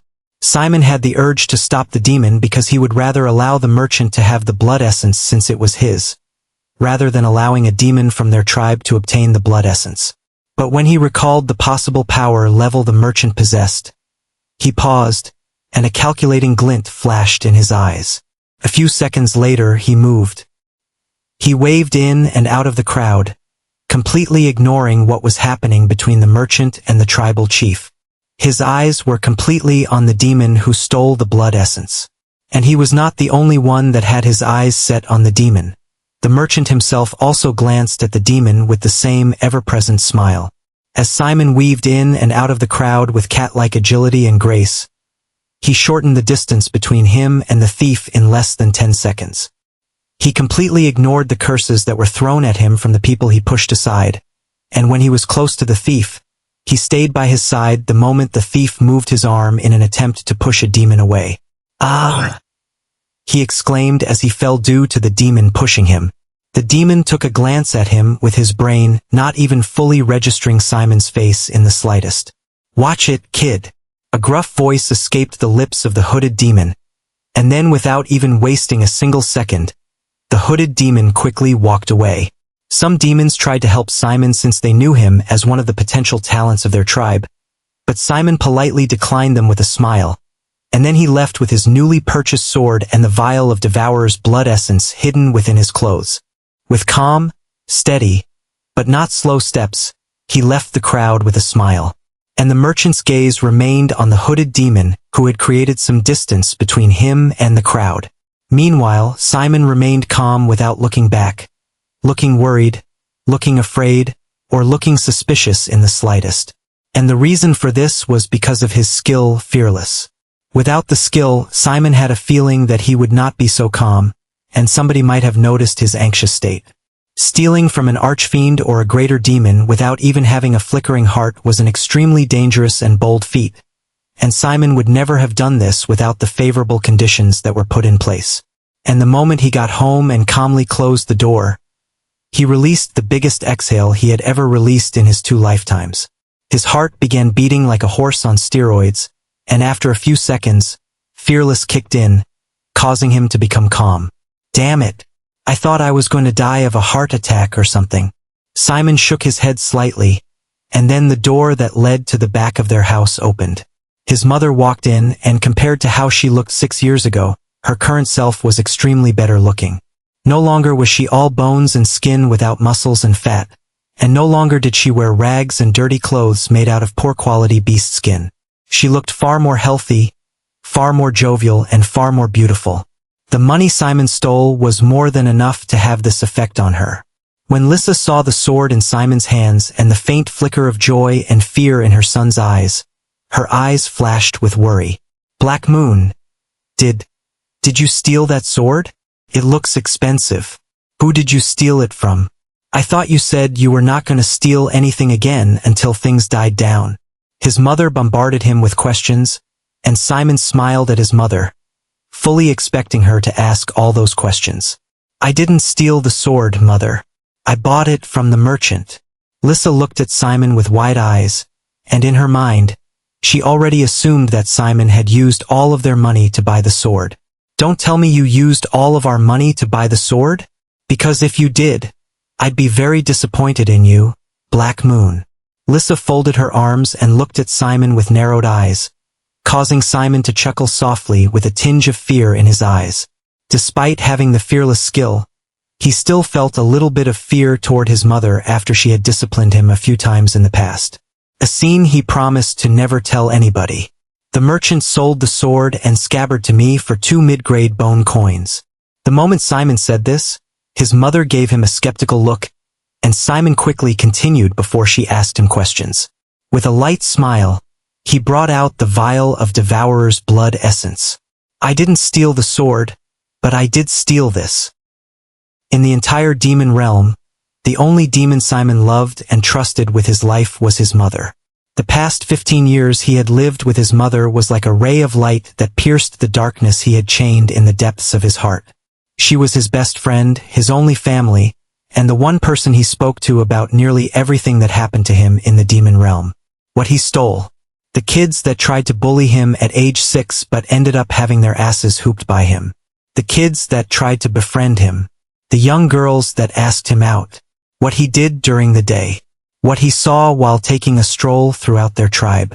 What his plans for the next heist were, and so many more topics to converse about.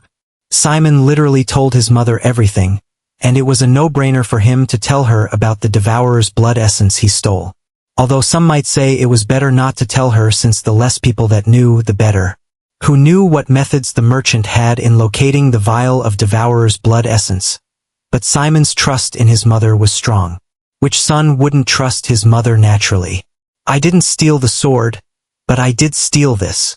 Lissa was at first confused when she saw the vial in Simon's hands.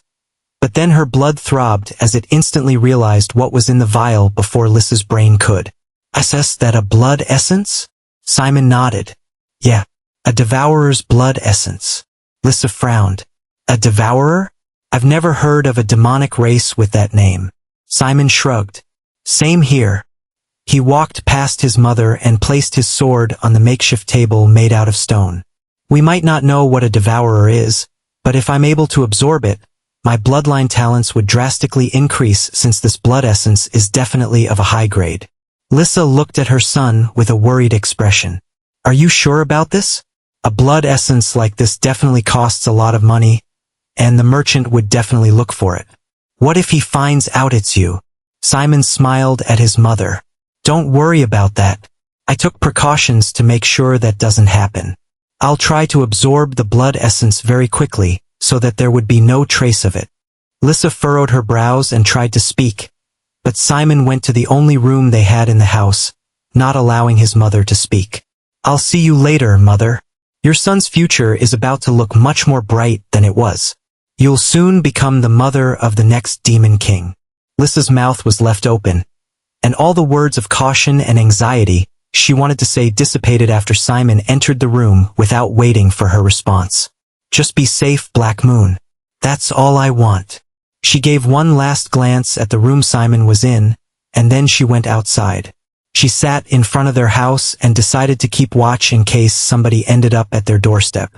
Meanwhile, Simon had a pondering expression as he looked at the vial in his hands. At the moment, he was facing a bit of a dilemma.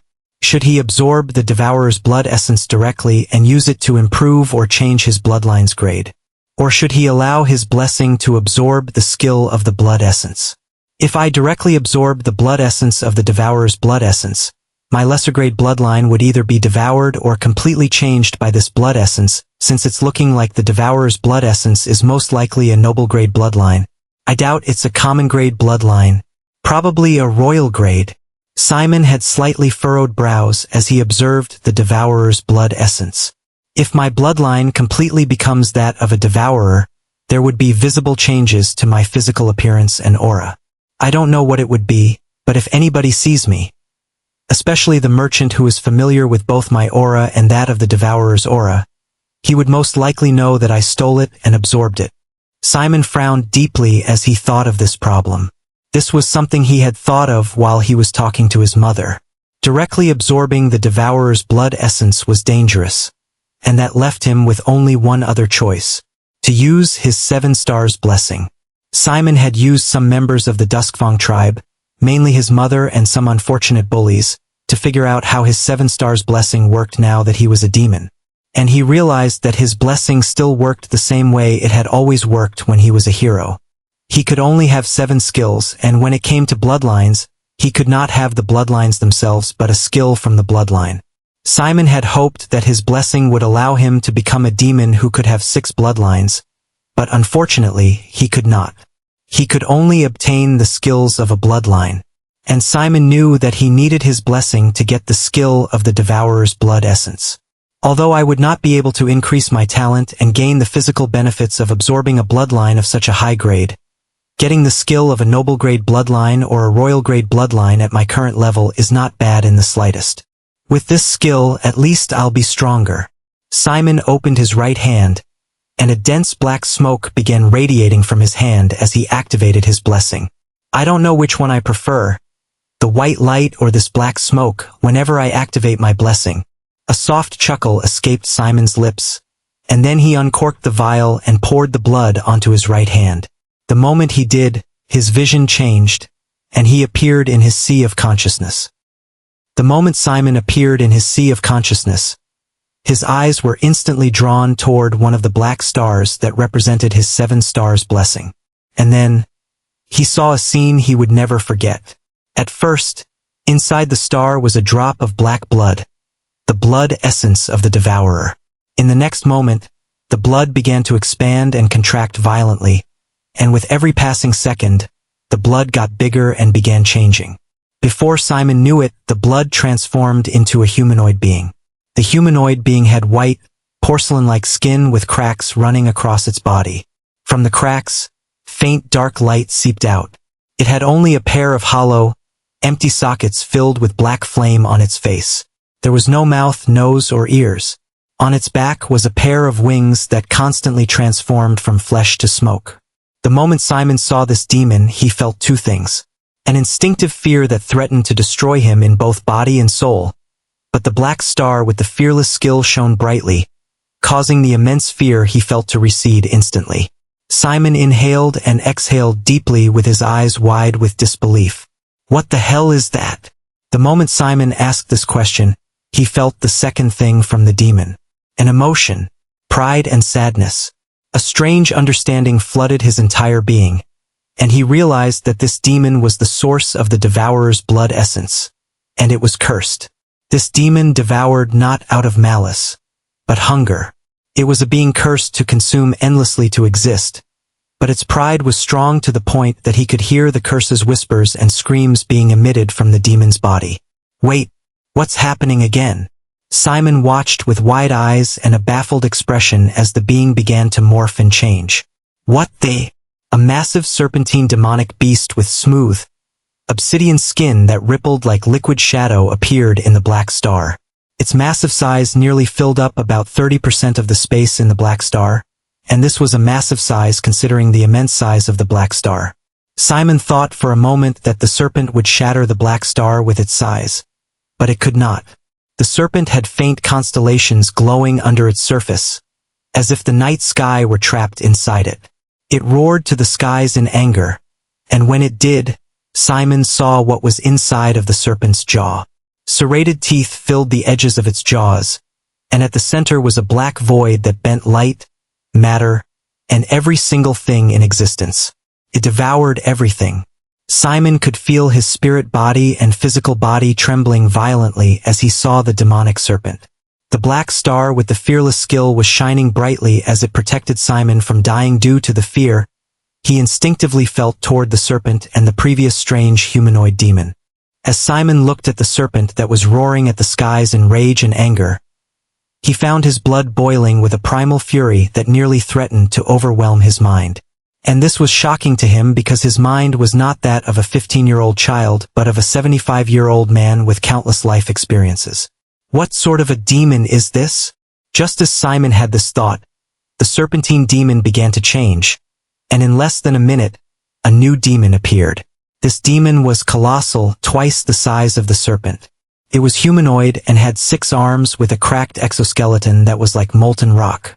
On its back were 6 massive black wings, and on its chest was a circular mouth filled with endless rotating teeth. 6 golden eyes were on its massive face, and its every breath was like a black hole that devoured everything, even light, without giving anything back. When Simon looked at this creature, all he felt was hunger, greed, and pride. It was extremely baffling to the point that Simon groaned as he felt his entire being experiencing a strange transformation. As he held his head while groaning, the colossal demon looked at Simon, unnoticed by him, and then the demon attempted to glance at the black star with the fearless rune on it, but it exploded into an ocean of black blood before it could. The black star suddenly became darker, and the blood began to swirl rapidly and violently like a turbulent ocean that was placed in a planetary washing machine. Simon's groan of pain increased as he felt something in him beginning to change, and as the ocean of black blood suddenly became a tiny dot, Simon fell on his knees. He gasped heavily, and when he looked at the tiny black dot in the black star, the dot suddenly exploded, shocking Simon. Before Simon could comprehend what was happening, a black rune appeared at the center of the black star, and Simon felt a refreshing energy wash over him when he saw this black rune. Depending on how Simon wanted it to be, the black rune could appear as a colossal rune the size of the colossal demon he saw, or it could be as tiny as a dot. Simon gazed at the rune for a few seconds, and although he had a lot of questions, he knew that this rune gave him the skill, Devour. Simon went through the skill, and his eyes flashed when he absorbed information about the skill. This has to be the skill with the largest amount of information I have ever encountered. Only divine skills have this level of information, but for some reason, I feel like this skill has far more information in it than a divine skill. Although I might not understand much of it, I believe I can surpass my previous self with Devour. Devour, just like its name, was a skill that allowed Simon to consume things, but with extreme efficiency and with a terrifying result. Simon suddenly recalled something he had forgotten due to the strangeness of everything in the last few minutes. What about the baptism? The moment he said this, the black star lit up. A thick beam of light fell from the black star containing the skill, Devour, and the moment Simon was baptized by this black light, he instantly lost consciousness. He didn't know it, but both his body and spirit were undergoing a transformation that would begin his path toward becoming the demon god. He slept for 3 whole days, and a lot happened in these 3 days. The first was his mother's concern and worry for his life. At first, she thought that the absorption of the blood essence would only take 6 hours at most. Because her knowledge was very limited, and because she had never encountered or seen somebody absorbing a higher grade bloodline before, she didn't know what to expect. She could only hope that Simon was all right. But after 24 hours, she had no choice but to check up on Simon, and when she saw him lying on the ground without making a single movement, she feared the worst. Fortunately, she saw that he was still breathing, although very faintly, or she would have asked for help, and this would have increased the chances of people figuring out that Simon had stolen the vial of Devourer's blood essence. Seeing that Simon was unconscious but still alive, she decided to wait and have faith. She took care of his body, bathed him, and massaged his body so that he would not end up stiff. She did all she could as a mother, but she was still worried and scared that Simon would not wake up. Meanwhile, another frightening scene was going on in another part of the Duskfang tribe. Inside the tribal chief's house was a demon who was chained upside down. His hands were spread apart, chained to 2 pillars that were in the room, and his legs were spread far apart while also being chained to the pillars in the room. The demon was bloodied all over with cuts, bruises, and burns covering his body and face. One of his eyes was missing, and he was missing 3 fingers and 3 toes on each hand and leg. On his back was a series of marks caused by excessive whipping. This demon was the thief that had stolen the Devourer's blood essence, and he had been in this position for 3 days now. Seated a few meters in front of the demon was the merchant, Zagler, who was holding a book in his hand with an indifferent expression. His ever-present smile was nowhere to be seen, and although he did not have an expression of anger, his current indifferent expression was terrifying to behold. Kneeling beside the merchant was the tribal chief, Varkaman. Immense sweat along with an expression filled with dread could be seen on his face as he bowed before the merchant's feet. Lord Zagler, please give us more time. I'm sure we'll be able to make him talk very soon. He'll definitely tell us where he hid the blood essence or who he gave it to. So please, just give us a little bit more time. Zagler slowly turned over to the next page of the book, and he continued reading for 10 slow and arduous minutes in front of Varkaman. However, Varkaman did not dare look up, move, or say a word. He remained in his position without saying a word. Zagler finally looked away from the book and looked at Varkaman, but he didn't say anything at first. He looked at the chained and bloodied demon, and then he shook his head. He doesn't know where the blood essence is. You've been torturing him for days now, and he's not the type of demon that has the mental fortitude to withhold information when he's being tortured. He wasn't brought up or trained like that. If he knew where the blood essence was, he would have said so. Varkaman trembled when he heard this, and although he didn't want to admit it, he knew that the merchant was right. He and his guards had been torturing the demon in the most brutal manner they knew without caring for his life, and this had been going on for days. In fact, Varkaman would confidently say that the most creative and vicious methods of torture appeared in his mind these past 3 days. But despite trying so much, the demon never told them where the vial of blood essence was. He admitted stealing the blood essence, and he also admitted wanting to escape the tribe as quickly as possible so that he could absorb it. He planned on abandoning his wife and 2 daughters since he knew that every second wasted increased his chances of being caught. But never did he know that from the moment he took the vial, Zagler knew he was the thief. The demon had even admitted crimes he had committed in the past, crimes neither of them cared about. The demon had begged so much, admitting every single detail about his entire life without hesitation. And he continuously said that he didn't know where the Devourer's blood essence was. According to him, he thought he had it, but when he left the tribe, he realized that he did not. He believed that it was either stolen from him or it fell from his clothes when he was attempting to escape. The demon had told them everything he knew, and Varkaman knew that the demon was not withholding any information about the blood essence. But this was what terrified Varkaman, because if the demon was not with the blood essence, who was with it? Was the person still in the tribe? Or had the person escaped with the blood essence? If at the end of the day they could not find the blood essence, Varkaman knew that his life and that of the entire tribe would be over. The merchant would wipe out the entire tribe, and his life as he knew it would be over. He didn't want to die. He didn't want to die, especially when he had suffered so much at the hands of those above him. "Please, Lord," Zagler cut him off. "Enough. You can't expect me to remain here until he spills out something he doesn't know, right?" To Varkaman's horror, Zagler stood. "If you want something done, you better do it yourself. Please, Lord Zagler. Please wait. Please have mercy on us. I beg of you." Varkaman stumbled as he pleaded while stretching out his hands in fear. Zagler looked at Varkaman with contempt and total indifference. "A demon shows no mercy. You disgust me." Zagler waved his hand, and Varkaman combusted into flames. His screams of terror and pain echoed throughout the entire tribe as Zagler calmly and indifferently walked out of the building. As Varkaman's screams of pain and terror resounded across the entire tribe, demons gathered at his home to figure out what was going on. But the words they wanted to speak became stuck in their throats as they saw their tribal chief's house in flames, with the merchant seated on an exquisitely crafted wooden chair in front of the burning building. His expression was one of pure indifference as he seemed entirely unbothered by the flames behind him, and those who were used to seeing the merchant's smile knew that a calamity was very nearly upon them.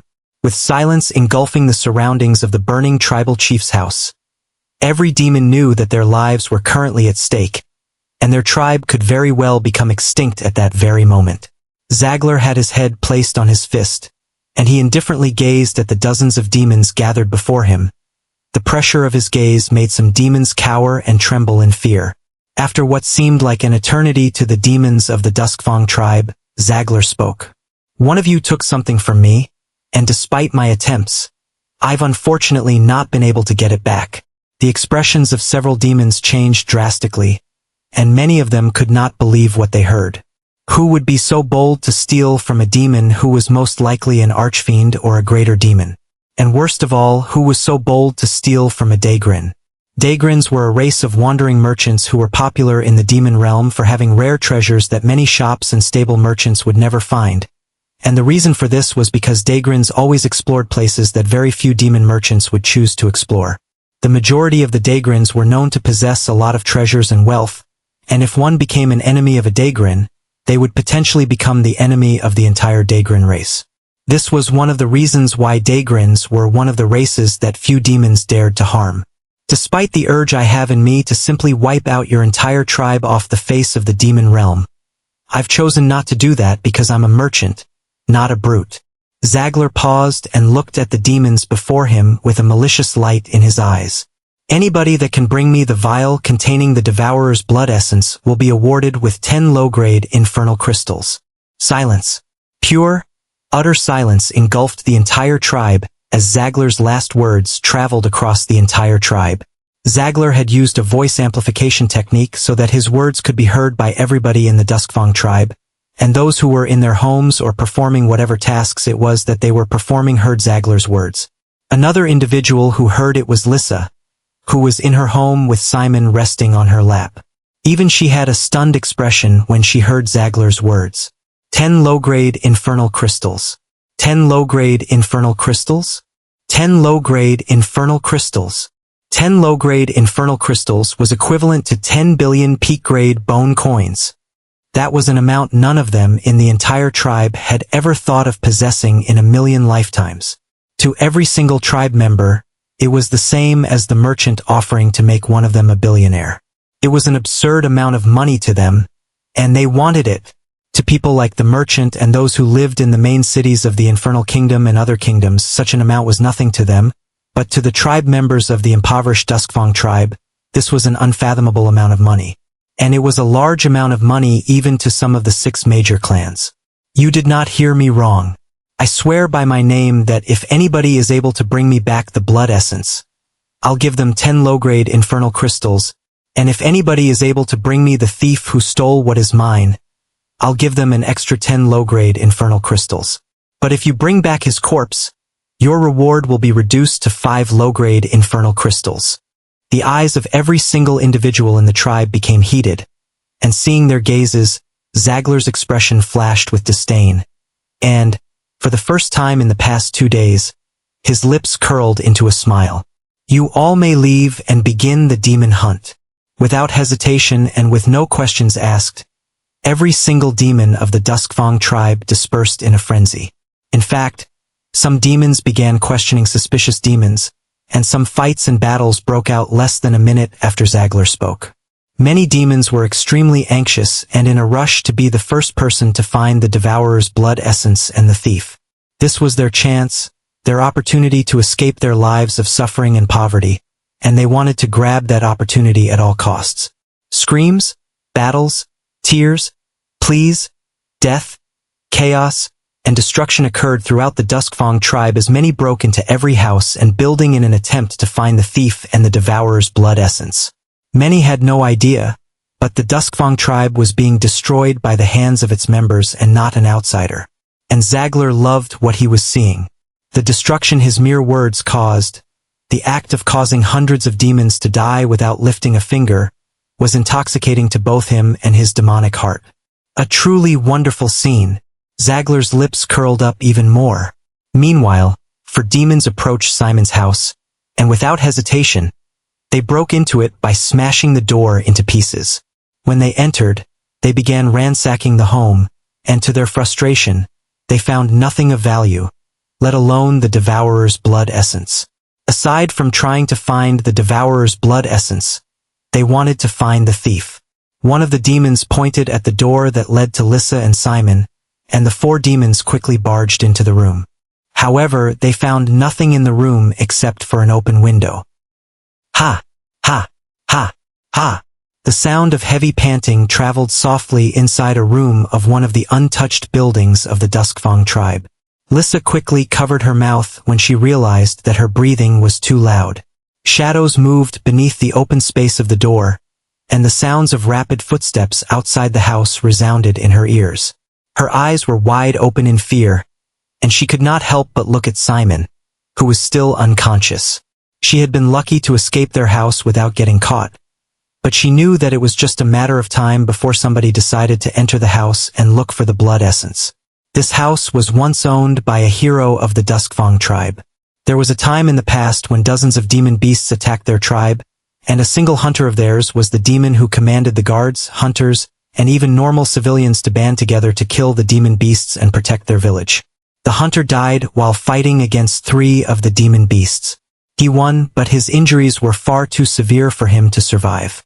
His sacrifice, leadership, and skill were what helped the Duskfang tribe to persevere on that dreadful day, and because of that, the tribal chief announced that his house, his family, and all his properties should remain untouched by anyone. The hunter was a hero and legend of the Duskfang tribe, and everybody respected him to this day. It was also the reason why none had taken a step inside his decrepit house, but Lissa knew that it would not remain that way. Who would choose to respect a dead person over a ridiculous amount of money? 10 low-grade infernal crystals and the possibility of getting 15 or 20 low-grade infernal crystals. Billions of peak-grade bone coins. That was more than enough for one to live comfortably in a clan. Sure, they might not be rich in a clan, but they would not suffer. Who wouldn't chase such an opportunity after suffering so much in the dying Duskfang tribe? Lissa closed her eyes and released a soft sigh. She looked at Simon and affectionately stroked his hair with a light smile. Meanwhile, Zagler sat on an elegant and expensive-looking wooden chair in front of Varkaman's house. It was completely burnt, along with the corpses in it. It was a sorry sight to see. Zagler had his head resting on his right fist. In his left hand was a book, and he would calmly turn the pages after a few seconds with an indifferent expression. Screams, laughter, battles, and the sounds of buildings and dozens of demons burning flowed into his ears, but his expression was completely indifferent. Flip. If one was observant enough, they would realize that the sound of Zagler turning the pages was subtly and slightly louder than the chaos that was occurring in front of him. He was about to flip open another page, but he stopped and slowly looked in front of him with a raised brow. Now, what do we have here? Zagler closed the book and chuckled softly with a light smile as he looked at the approaching figures. As all of these were going on, Simon was going through several random dreams and visions. Some of these dreams and visions were about his past life.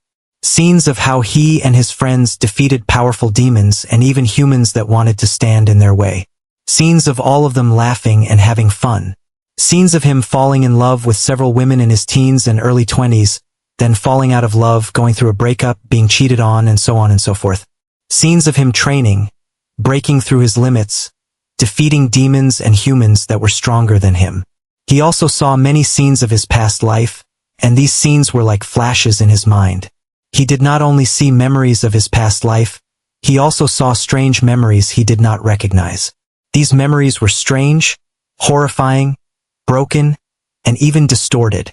They were scenes of demonic beasts devouring each other, scenes of a humanoid demon facing armies with his own army, scenes of a colossal demon beast sleeping, scenes of a humanoid demon sleeping on a throne. Many of these scenes were chaotic, incomprehensible, and even incomplete. Simon understood none of them, and he could not even see a lot of these scenes because they were moving so fast. However, Simon understood that these visions were because of the Devourer's blood essence he consumed. He just couldn't make sense of any of them. An unknown amount of time later, the dreams and visions stopped, and Simon's eyes fluttered open. It took him a few seconds for his senses to come back to him, and when he did, he slowly looked around. He saw that he was looking at the floor, and it looked unfamiliar to him. It was not the floor of his home. He slowly and groggily looked to the left, and he saw a scene that instantly wiped away all the grogginess in him. Fire, bodies, and blood. Buildings were on fire around him, and corpses with broken heads, stabbed stomachs and hearts, and split necks were to his left. What's going on? Simon looked to his right and tried to stand, but he couldn't. He instantly looked at his body, and his brows shot up. He saw that he was in chains. What? Simon was confused, and then a soft chuckle drifted into his ears. He looked up, and he blinked in confusion for a second before his eyes slowly widened in disbelief. In front of him was the familiar smiling face of Zagler, and beside Zagler was another familiar face. So familiar that it shook him to the core. His mother. And in her hands was a pouch, and on her face was a guilty expression. Mother! Simon called out in confusion and disbelief. The moment Simon saw Zagler giving his mother a pouch, coupled with the fact that he was chained and also his mother's guilty expression, Simon could not help but think of the worst. Such a sight was very familiar to him, and he had seen it many times in his past life, where slave traders or human traffickers sell off their fellow humans to other humans and even demons. Had his mother betrayed him? Was he being betrayed again? For the second time? It looked like it, but Simon did not want to jump to conclusions. Maybe, just maybe, there was a different reason why he was chained up and his mother was clearly receiving a pouch filled with money. Right?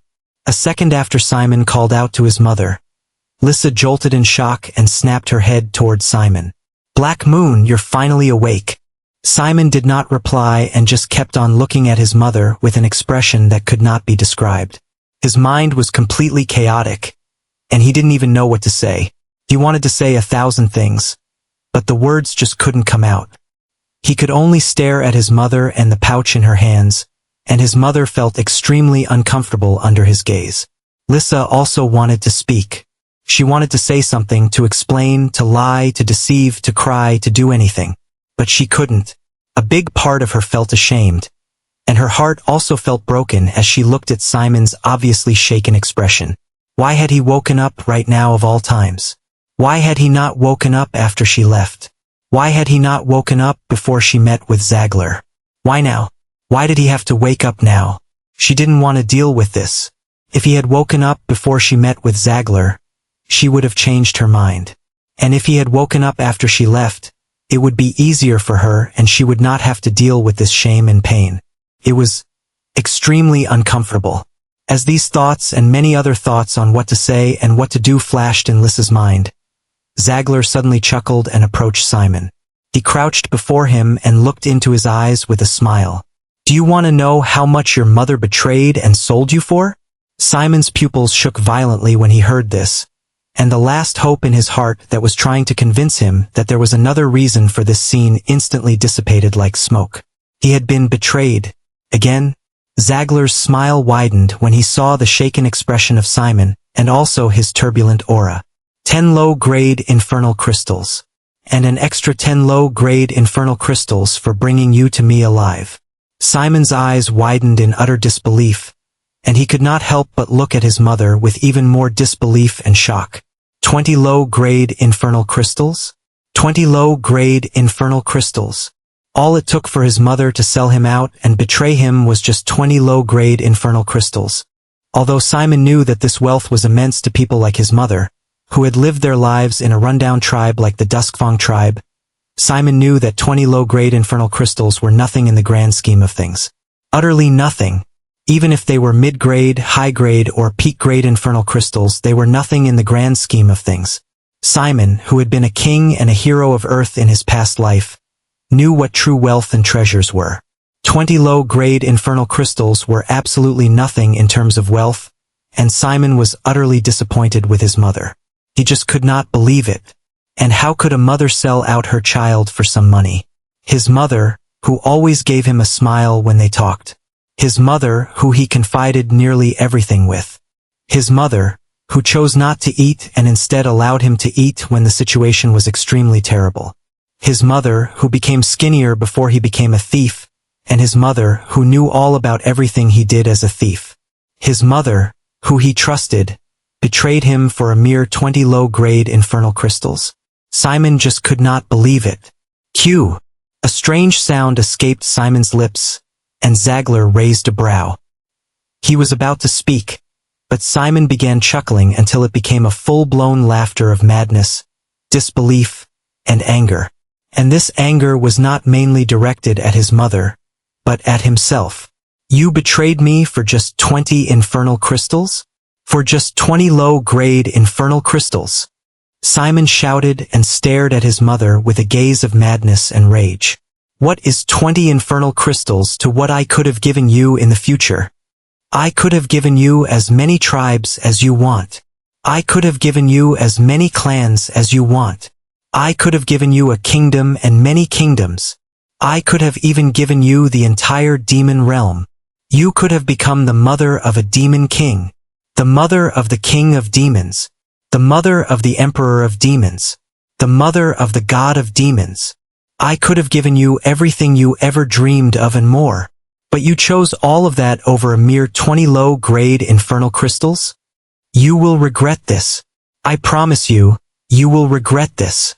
Lissa subconsciously took several steps back as Simon spoke, because a pressure, which she could not describe, was being released by Simon subconsciously. This pressure was partly because of his past life as a demigod, and it was mainly because of the Devourer's blood essence in him.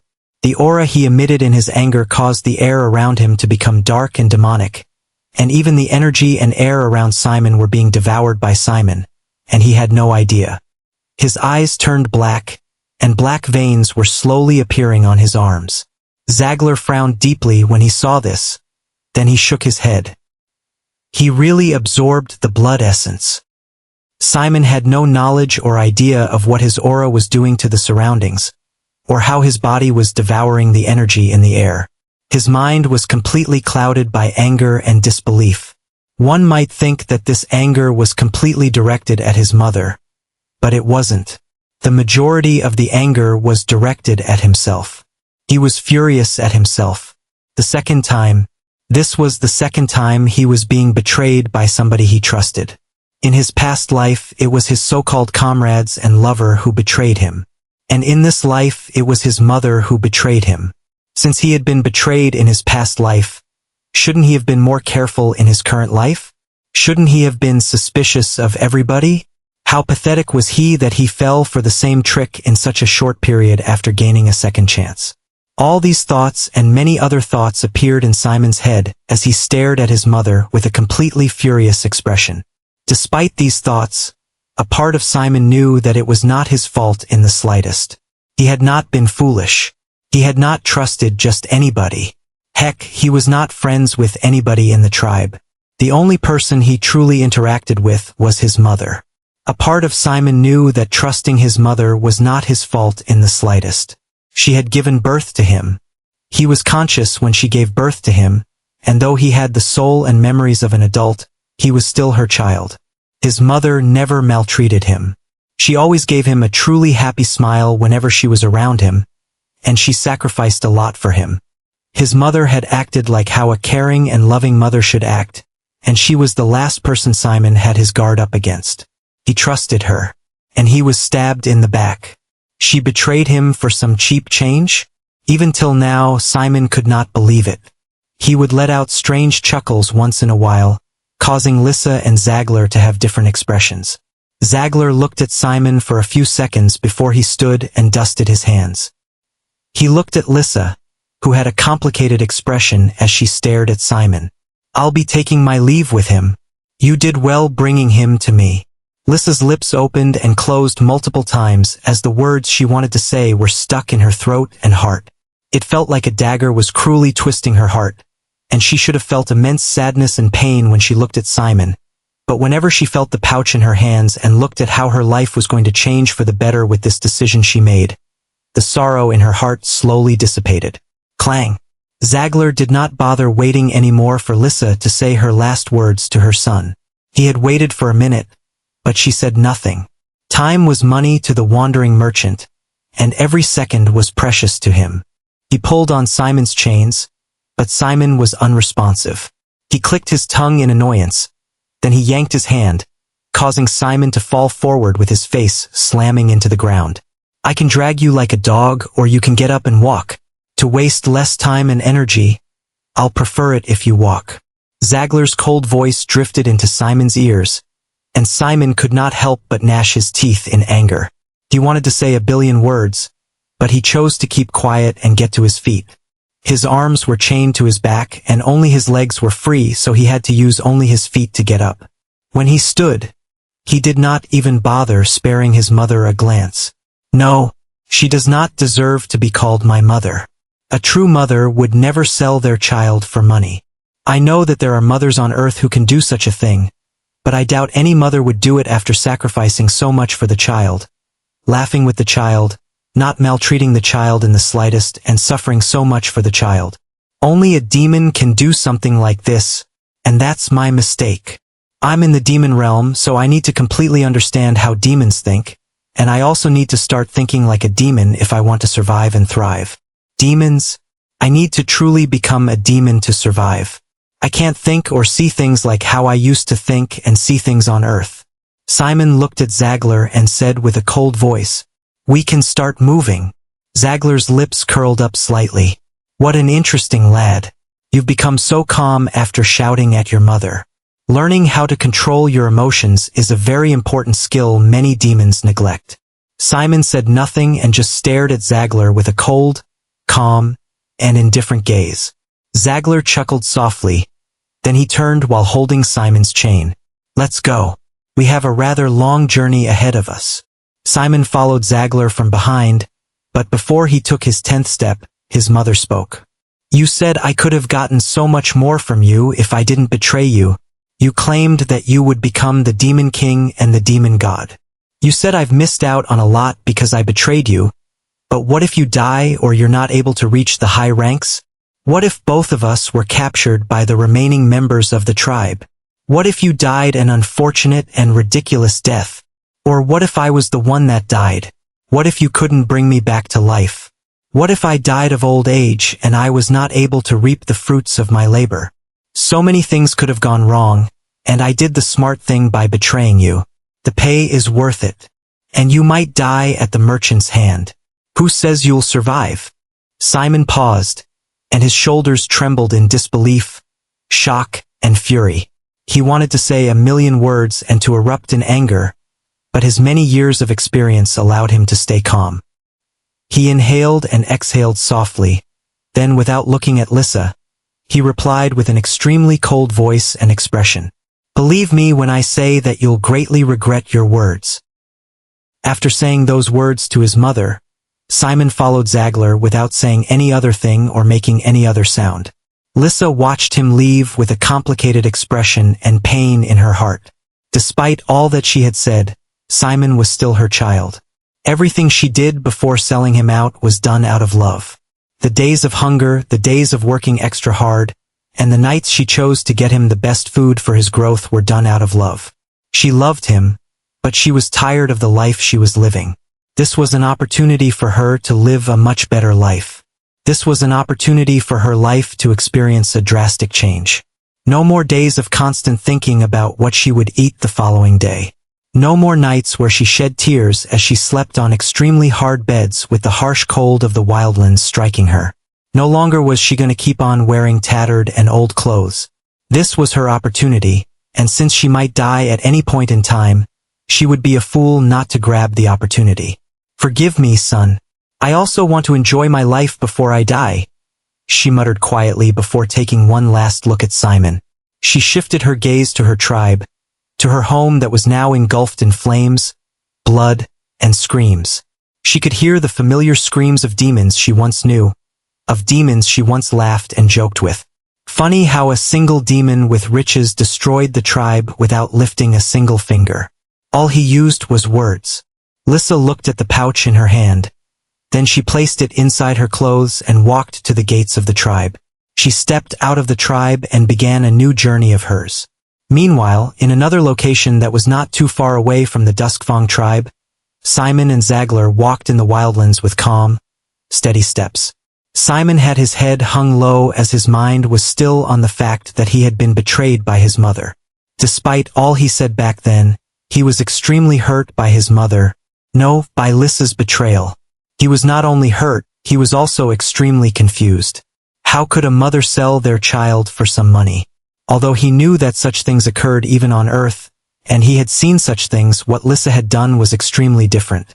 If their condition was still as terrible as it was when the economic situation of their tribe became unsalvageable, he'd understand. But their situation had become a lot better. All the money he had successfully stolen made their lives a lot better and easier. They could eat 3 times a day, and they even had the money to live lavishly for a while.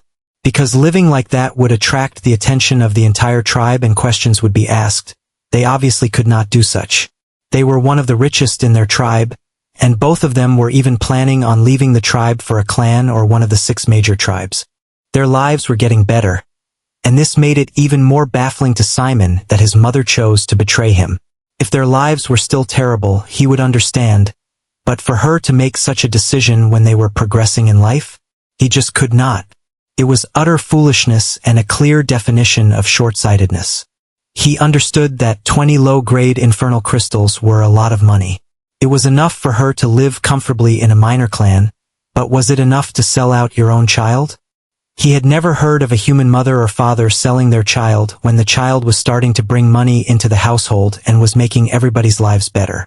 And that was when Simon understood. Demons. Demons were not like humans. The nature and the way a demon thinks were vastly different from how a human would think. Demons were an inherently evil and wicked race. They were a race known for chaos, bloodshed, and death. Simon had dealt with demons for over 6 decades, so he knew how dangerous demons were. They could not be good. Good was not in their nature. Evil and chaos were all they knew. A demon might be all smiles, charming, and friendly, but at some point, that same demon could become a bloodthirsty creature that would slaughter hundreds and thousands without remorse. It had happened in his past life when one of his companions trusted a demon. At the end of the day, the demon ended up killing his companion and countless other humans without remorse. Because Lissa was his mother, he had not put his guard up against her. He had trusted her and believed that she wouldn't harm him, that she wanted the best for him. But it turned out that demons had no true love even for their children or those connected to them by blood. Humans were evil, but demons were truly evil. It was because of everything he had experienced in the past that he never made friends with any demon child in the tribe despite their insistence on wanting to be friends with him. Despite so many decades, he could vividly recall the scene of a demon killing and devouring his parents, siblings, and girlfriend when he was much younger. It was why he hated demons so much and was the reason he started on his demon-slaying journey. He thought he had been playing it safe and was cautious, but his mother had proven him wrong. Humans were evil, but demons were truly evil. His companions of over 6 decades betrayed him for reasons unknown to him, and his demon mother betrayed him for a middling sum of money. He could not even begin to comprehend which was worse. But what he knew was that never again would he be stabbed in the back like this. Whether it was a human or a demon, he would never fully trust anybody. A/N. This is the Discord link. Please join. Thank you. https://discord gg/J8XXGS6ZTF. Hey kid. As Simon was lost in his thoughts, Zagler's voice drifted into his ears, forcing him to come out of his thoughts. He looked at the merchant, and he saw the ever-present smile on the lips of the merchant. His gaze slowly lowered to Zagler's right hand, and he saw an open metallic collar in his hand. His brows instantly became furrowed. He didn't recognize what it was, but he had an idea about what it could do. When Zagler saw Simon's frown, his lips curled up slightly, and with a soft chuckle, he took a step towards Simon. He placed the metallic collar around Simon's neck, and with a clank, the collar shut closed and tightened around his neck. Simon did not try to fight or resist since he knew that it was not possible.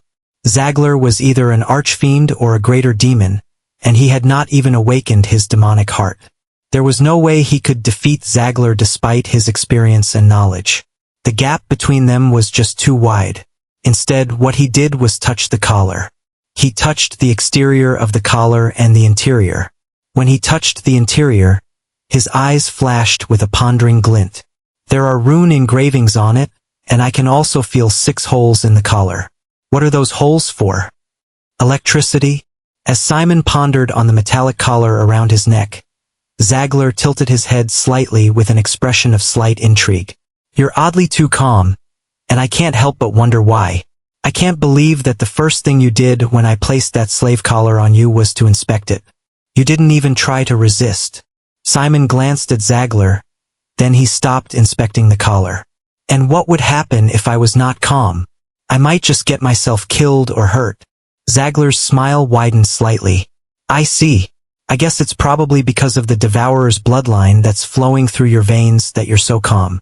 There's no way such a bloodline would not give you immense benefits, especially one that's related to your mind. Simon noticed that when Zagler talked about the Devourer's bloodline flowing through his veins, there was a flicker of confusion and uncertainty in his eyes, and he knew why. He cannot sense that I have a high-grade bloodline flowing in me. If I truly had the Devourer's bloodline in me, even Zagler might feel his bloodline trembling or giving off a reaction because of how close he is to me. But I don't have the bloodline of the Devourer in me. I only have his skill, and I unconsciously used the skill in a state of anger back in the tribe. That must have been proof to him that I absorbed the Devourer's blood essence. But what would happen to me when he finds out that I don't have the Devourer's bloodline? Would he be more suspicious and curious about how I can use the Devour skill, that is if he has extensive knowledge on Devourers? Or would he decide to kill me once he believes that I have no use and I'm just a talentless demon child? Would he kill me out of anger because he has lost a very precious blood essence? I guess my situation is worse than it seems. Approximately 5 seconds had gone by as Simon was lost in his thoughts, and after the 3rd second when he didn't reply, Zagler continued walking towards his unknown destination. Simon subconsciously followed. Then he looked at Zagler and asked calmly, "What's going to happen to me?" Zagler glanced at Simon with the same light smile. "Are you sure you want to know that? You know that ignorance is bliss at times, right? And ignorance can be what also gets you killed." Zagler chuckled. Then he shook his head with a wide grin. "Very true. What's your name, boy?" "Black Moon," Simon answered simply, obviously giving out the name his mother gave him. Unsurprisingly, Zagler had a strange expression when he heard his name, and he subconsciously glanced at the black moon in the sky of their world. What a name! It's obvious your mother has been lazy and irresponsible from the time you were born. No wonder she sold you so cheaply and made such a foolish decision, Zagler said without even trying to hide or mix his words in front of Simon. Simon instinctively had the urge to refute Zagler's words, to tell the demon merchant that his mother had actually not been irresponsible and lazy, but he instantly suppressed the urge. His mother sold him for money. How could he ever think of defending her? Zagler shifted his gaze to Simon. Then he smiled. You asked what would happen to you, right? Simon nodded slightly. First of all, you're my slave from now on. Zagler pointed at the black metallic collar on Simon's neck. If you ever try to hurt me or harm me in any way, that collar would automatically cause you immense pain. It would either release a powerful bolt of electricity or those little holes you see would release spikes that would pierce through your neck. And I can also kill you with a thought. Simon frowned slightly. Do you really believe that I can hurt you or harm you? I've not even awakened my demon heart. Zagler shrugged nonchalantly. I didn't create the slave collar. I found it in the ruins of a destroyed clan. Simon touched the collar with a finger with a pondering expression. Then Zagler spoke once again. As for what would happen to you, well, I'm gonna have to remove the Devourer's bloodline from your body. You see, that blood essence you devoured is actually meant for one of the 6 main clans. I'm meant to sell it to them for a ridiculous amount of money, honestly. Simon had a slightly baffled expression when he heard this. Won't you rather absorb the blood essence and get more power instead of money? No, Zagler instantly answered. Simon was taken aback by the sudden response of Zagler.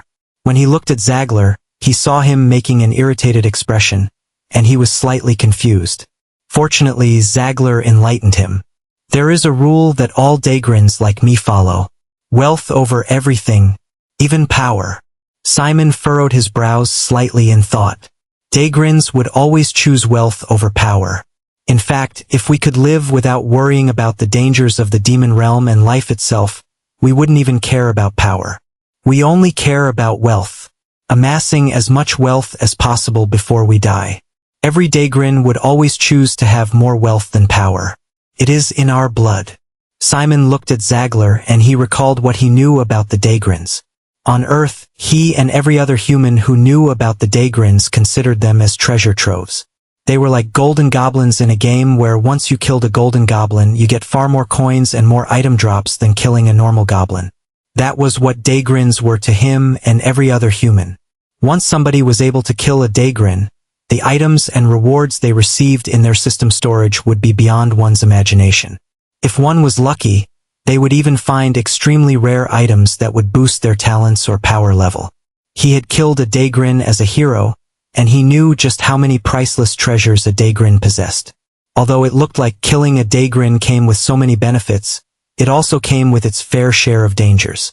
The first was that every Dagrin that was found on Earth or in a bridge between both worlds was always at least an archfiend.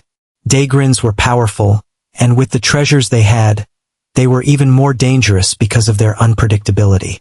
A greater demon would always be wary of an archfiend Dagrin. But that was not all. Once a human killed a Dagrin, they would become enemies of the entire Dagrin race.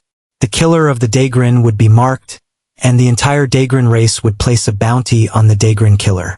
This would make the human or demon wanted by every demon because the rewards on the Dagrin bounty list could even make certain demon kingdoms move. A light smile appeared on Simon's lips as he recalled how more demons and even some humans who had sided with demons wanted to kill him because he killed a Dagrin. Good times. However, despite living over 6 decades killing demons, he knew very little about their culture, tradition, and so on. And if he was being honest, he didn't care one bit about the traditions of demons. He hated them to the core. They killed his family and his girlfriend when their worlds first collided. They had taken so much from him, and all he wanted was to wipe them out of existence. The only reason why he had not released his killing intent, innate disgust, and anger at every single demon around him is because of how long he had lived. He knew that if he could not control his emotions, he would die. So, Dagrins would always choose wealth over power, huh? Simon mumbled softly as he pondered on a few things, and Zagler replied to him. Yes, every Dagrin would always choose wealth over power. We don't engage in the power struggle all of you participate in. We just want wealth. Simon nodded slightly, then he looked to the side. They had been walking ever since they left the Duskfang tribe, and he could finally see the wildlands which the Ashbourne tribe forbade any lower tribe from exploring. It's like a wilderness, a dead zone. I can't see any demon beast because of him. The demon beasts can surely sense his aura, and it's not a surprise no demon beasts are here. Simon inhaled deeply, then he asked another question without looking at Zagler. Would the process of you removing the Devourer's bloodline from my body kill me? Zagler chuckled softly with a smile. Most likely, but you have a chance of surviving. It's better than you being eaten alive by another demon of the clan who wants the bloodline you stole. Zagler glanced at him. Aren't I merciful? Simon glanced at him and scoffed. Merciful? You're lying. Zagler's eyes flickered with a curious and surprised light. And why do you say so? Because the reason why you want to use whatever method you have to extract the Devourer's bloodline from me is not so that I have a small chance of surviving. You don't care about my life or death at all. Zagler shook his head. Oh no.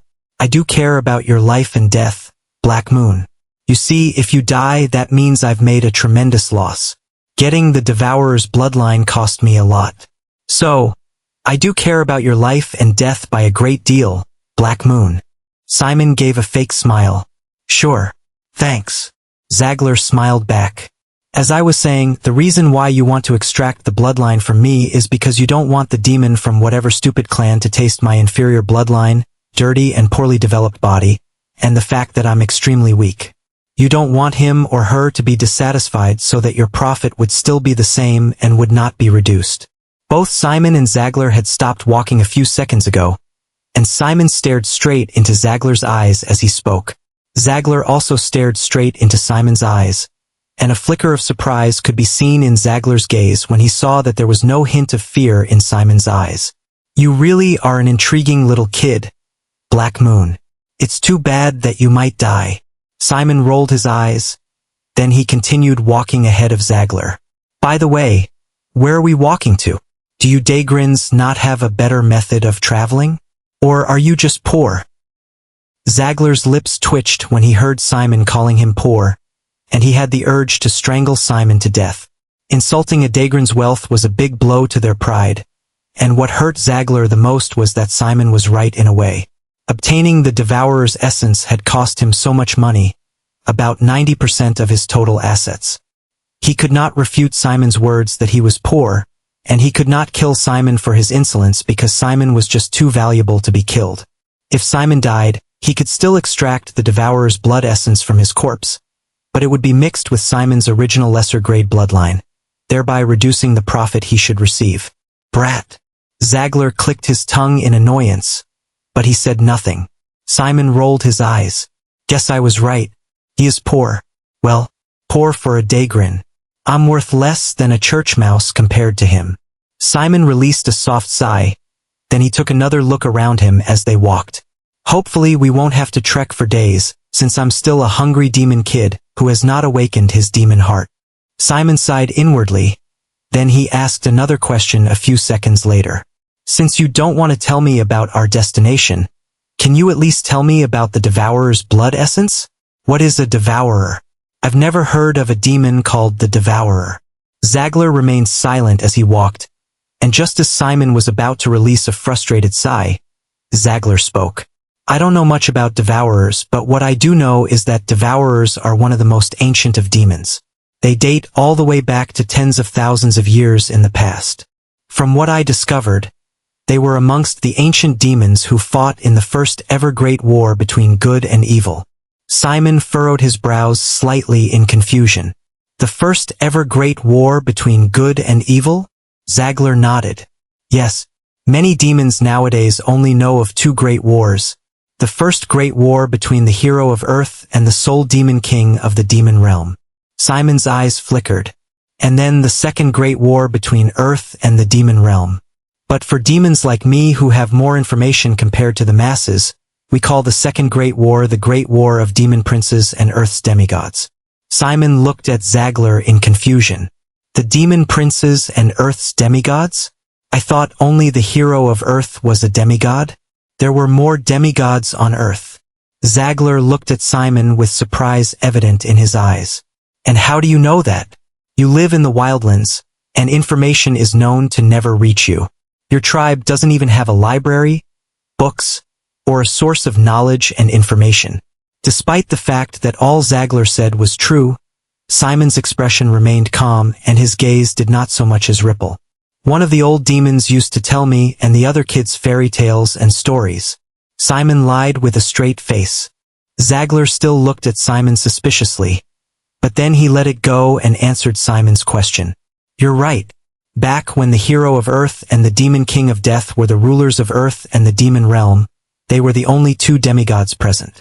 The demon princes and the hero's subordinates were all below the demigod realm. But after the death of the demon king of death and the death of the hero, there was a strange period of peace as both the demon realm and Earth decided to recuperate from their losses. I obviously don't know the intricate details, but I know that there were only minor battles and skirmishes. There was no major war until 300 years later. 300 years? Simon's eyes widened slightly. 300 years after the death of the hero, the Second Great War began, and the demon princes, the demon princesses, and the subordinates of the hero were all demigods. There was another great war and many fell. From 18 demon princes we had only 6 after the Great War. And for those humans I heard they lost about 7 demigods, but the main demigods, the main subordinates of the hero did not die. All 6 of them. They all lived due to the help of those disgusting gods.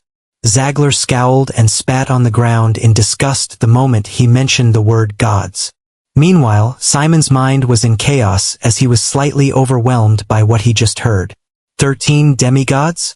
Earth had 13 demigods after my death, and all my past friends also became demigods. Not only that, the demon realm had 18 demigods. How could Earth or the demon realm handle a war of 18 demigods? Maybe the demon realm could, but I doubt they fought in the demon realm because the power of a demigod is enough to utterly ruin a continent of Earth. I know just how terrifying it was to fight the demon king of death in the demon realm. Despite the fact that the demon king of death was stronger in the demon realm, I had to fight him here because fighting him on Earth would lead to so many deaths of humans. It would be like an apocalypse all over again. But the Second Great War consisted of over 30 demigods? How could the gods have allowed such a thing to happen? How could they have allowed the demons to have 18 demigods? What the hell happened after I died? Right now, 700 years have passed after the Second Great War, making it over 1,000 years after the First Great War. The bridges between Earth and the demon realm still exist, and unlike the time of the demon king of death and the hero, now we have 6 demon kings who are demigods. But the humans still have more demigods due to the support of the damned gods. Every demon is waiting for the next demigod, and every demon hopes that the 6 demon kings can become gods. But that's just wishful thinking on my own part. Zagler clicked his tongue in frustration and disappointment as he spoke, but Simon's mind was on something else entirely. 1,000 years? I reincarnated 1,000 years after my death. Ever since Simon learned how to speak, walk, and write as a demon child, the first thing he tried to do was to get information. Although he had reincarnated, there was nothing that said he had reincarnated into the present and not the past. Just because many main characters always reincarnated into the future did not mean he was in the future. Simon had tried to know what time it was, what the state of the demon realm and Earth was, what the news about his past friends was, what people were saying about him. He wanted all these pieces of information and more, but to his disbelief, his mother and nobody in his tribe had the answers to these questions. When he asked his mother about the hero of Earth, she was confused. When he also asked his mother and any other demon in their tribe about Earth, the current rulers of Earth, and the current situation of Earth, none of them had any idea. They knew about Earth and humans, but they had no knowledge of him as the hero of Earth and the current situation of Earth. To them, the battles between Earth and the demon realm were not their concern. They were in the wildlands. They were in one of the harshest and most difficult lands to live in, where survival was difficult. They were more concerned about seeing the next day than Earth or any heroes of Earth. It was extremely frustrating to Simon that he could not get the answers to the questions he had, but he decided to live with it until he left the tribe. It was another reason why he wanted to leave the tribe so badly. There was no library or place where they stored knowledge and information. It was such a backward place, and Simon was truly disgusted and annoyed by the conditions of the tribe. Fortunately and unfortunately for him, he met Zagler, who was more knowledgeable about history than even some demons who lived in any of the 6 major clans. But if it's been over 1,000 years since I died, what of those bastards who betrayed me? Are they still alive? Well, they should still be alive since the lifespan of a demigod is over 10,000 years. 12,000 years to be exact. Simon looked down with a pondering expression. Could it be that the reason why they betrayed me is so that they could become demigods? No. With their talents, they could still become demigods, but it would not have been easy in the slightest because of their patron gods. But still, it's strange that so many people became demigods after my death. I'll find out why they betrayed me at the end of the day. However, that means I'll still have to become stronger than my past life to be able to have my revenge. I need to get stronger. A slight smile appeared on his lips along with a light of determination flashing in his eyes. But then he looked at Zagler. But first, I have to find a way to survive. The gears in Simon's mind spun as he thought of ways to get out of this situation. You still haven't told me about the Devourers. All you've told me is about the 3 great wars that have happened in the demon realm. Zagler glanced at Simon. Then he shook his head slightly. You're a curious one, aren't you? I'm pretty sure anybody would want to know as much as possible about the blood that's flowing through their veins if they could. Zagler scoffed. Then he spoke. As I said, I don't know much because much about the Devourers has been obscured. But from what I know, the Devourers were one of the most terrifying, if not the most terrifying demon races in existence. Unlike other ancient demons in the past who evolved their demonic heart by absorbing chaos or through battles, Devourers got stronger by devouring other demons and even other non-demon races. Whenever they devoured a demon, they could get the demon's bloodline, and they could also get some skills from other living creatures they devoured. They were truly a menace to not only the non-demon races, but also to even the demon race itself because they were always hungry. That was their curse. Hunger. No matter how much they devoured, they would always want more and more. I'm not certain, but I believe that the first Great War was against the Devourers and some other demons that sided with the Devourers. It was the Devourers against gods and other demons. And I believe that the first Great War was what led to our current state. From what I know now, we're a far cry from the ancient demons. We're too weak. Zagler shook his head as he nonchalantly kicked a stone in disgust. Simon had a slight frown as he listened to Zagler. Also, if I'm not wrong, every demon gained a fraction of the Devourer's ability, because unlike ancient times where demons progressed by battle and chaos, demons can now progress by devouring another demon's heart. Every demon sees it as a normal thing, but after gaining knowledge about the history of Devourers, I know it's not. Every demon is related to the Devourers in a strange way. Zagler then looked at Simon with a light smile. And you, Black Moon, have the blood of an ancient demon in you. Simon looked at Zagler calmly. Then he released a soft sigh. I see now. The clan that paid for the Devourer's blood essence wants to use it to nurture and grow one of their own to become a future demigod or even a potential demon god. They plan on either becoming the 7th demon kingdom, or they plan on taking the place of one of the demon kingdoms. A war would sweep the entire demon realm if that should happen. Zagler's eyes flickered with slight surprise and intrigue.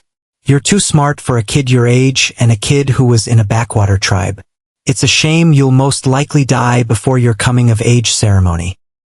The more Zagler observed Simon, the more he found him enigmatic. Simon was not even 16 years old. He had not awakened his demonic heart, but he was still so calm and smart. Zagler had never seen a child from the wildlands, a child from a dying and utterly impoverished tribe, to be this calm and smart.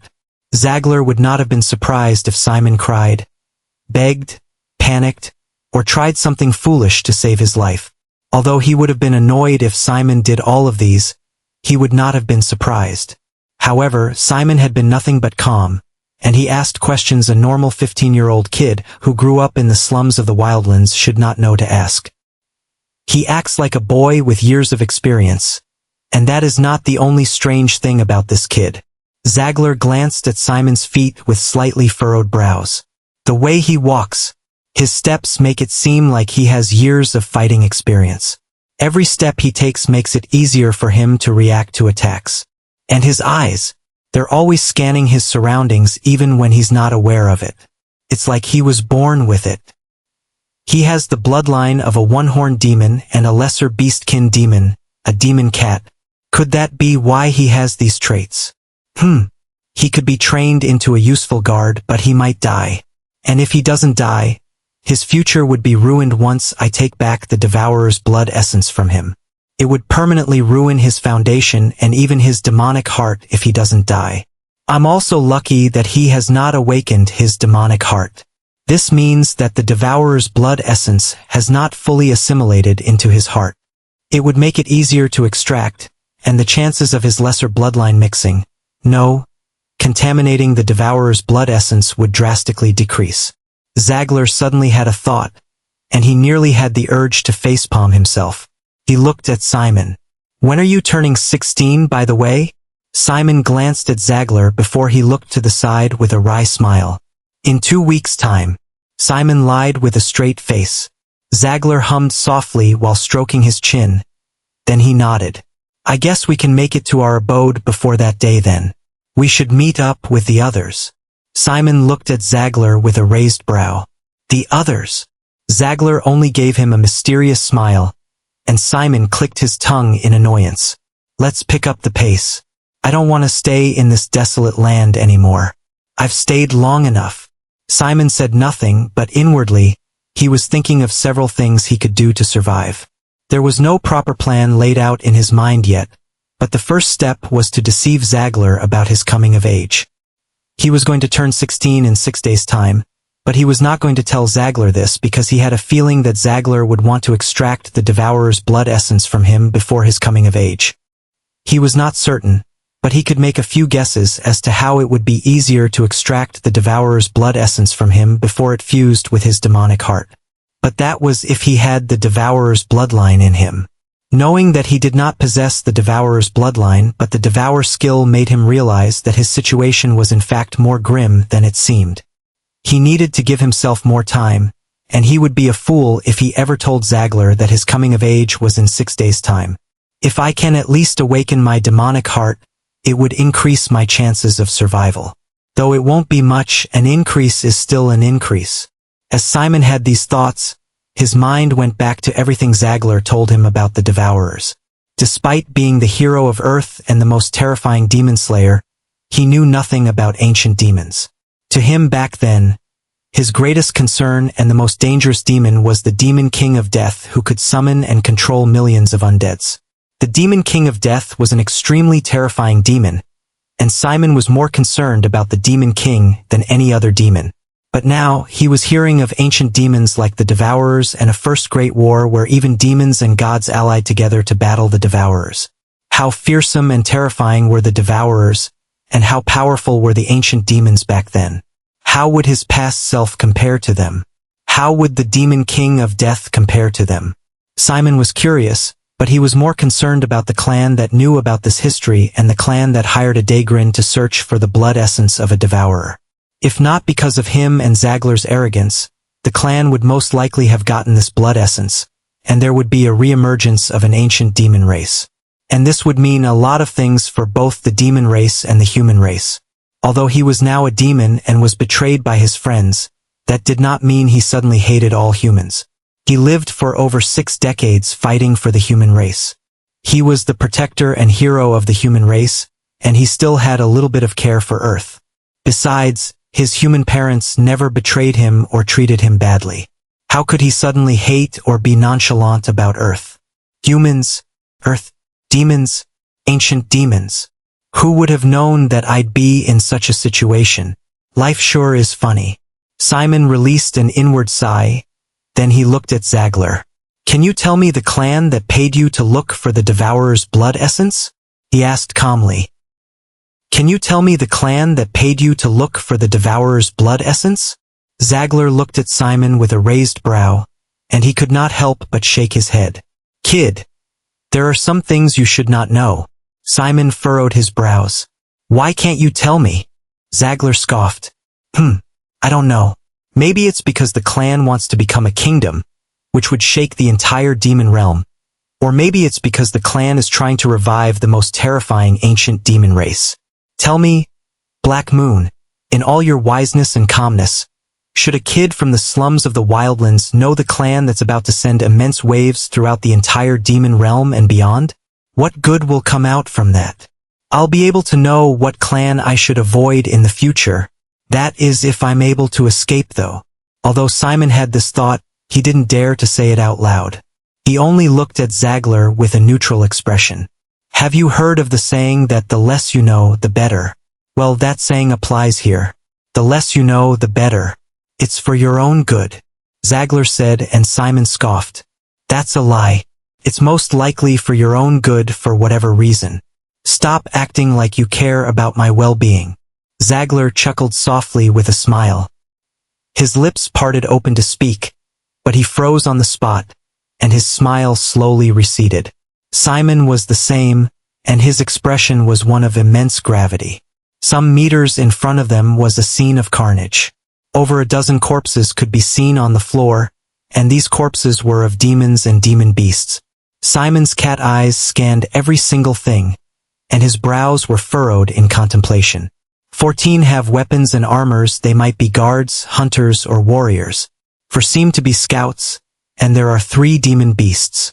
3 demonic beasts that have the appearance of a rhino and a steed mixed together.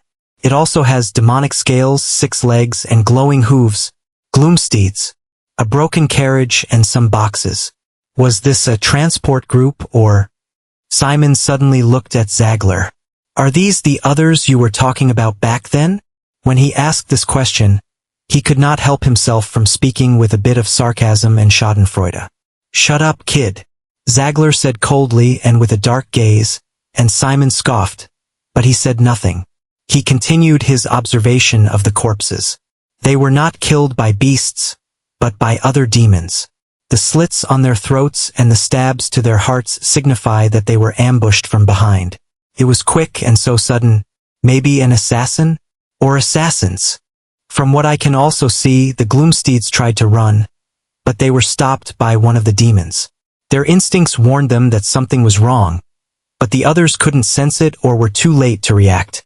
Unfortunately, I'm not certain of their levels because I've not awakened my demonic heart, but if I'm not wrong, they should all be archfiends. No, the aura 2 demons are emitting is stronger than the rest combined, so those 2 might be greater demons? Damn it, I really need to awaken my demonic heart so that I can accurately sense the levels of others. I can't keep on depending on my experience.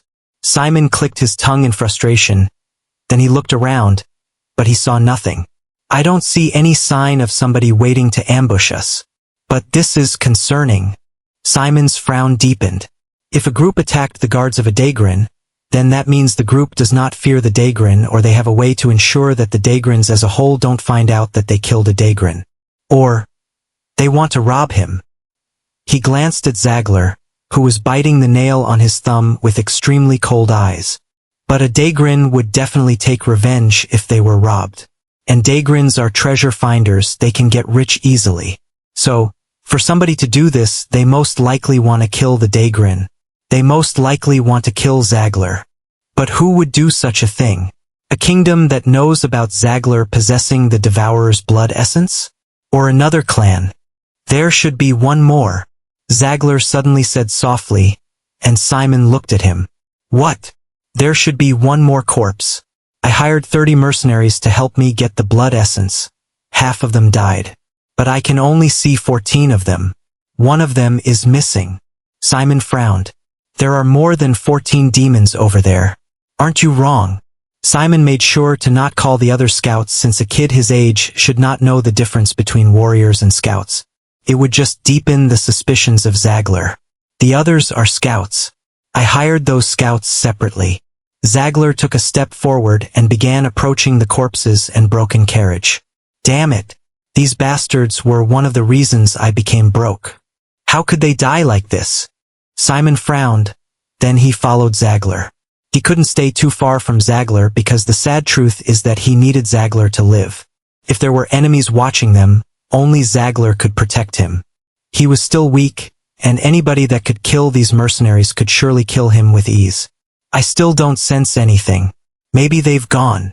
Simon looked around one more time with a frown. Then he looked at Zagler, who was walking around the corpses. Seems he's looking for the last demon.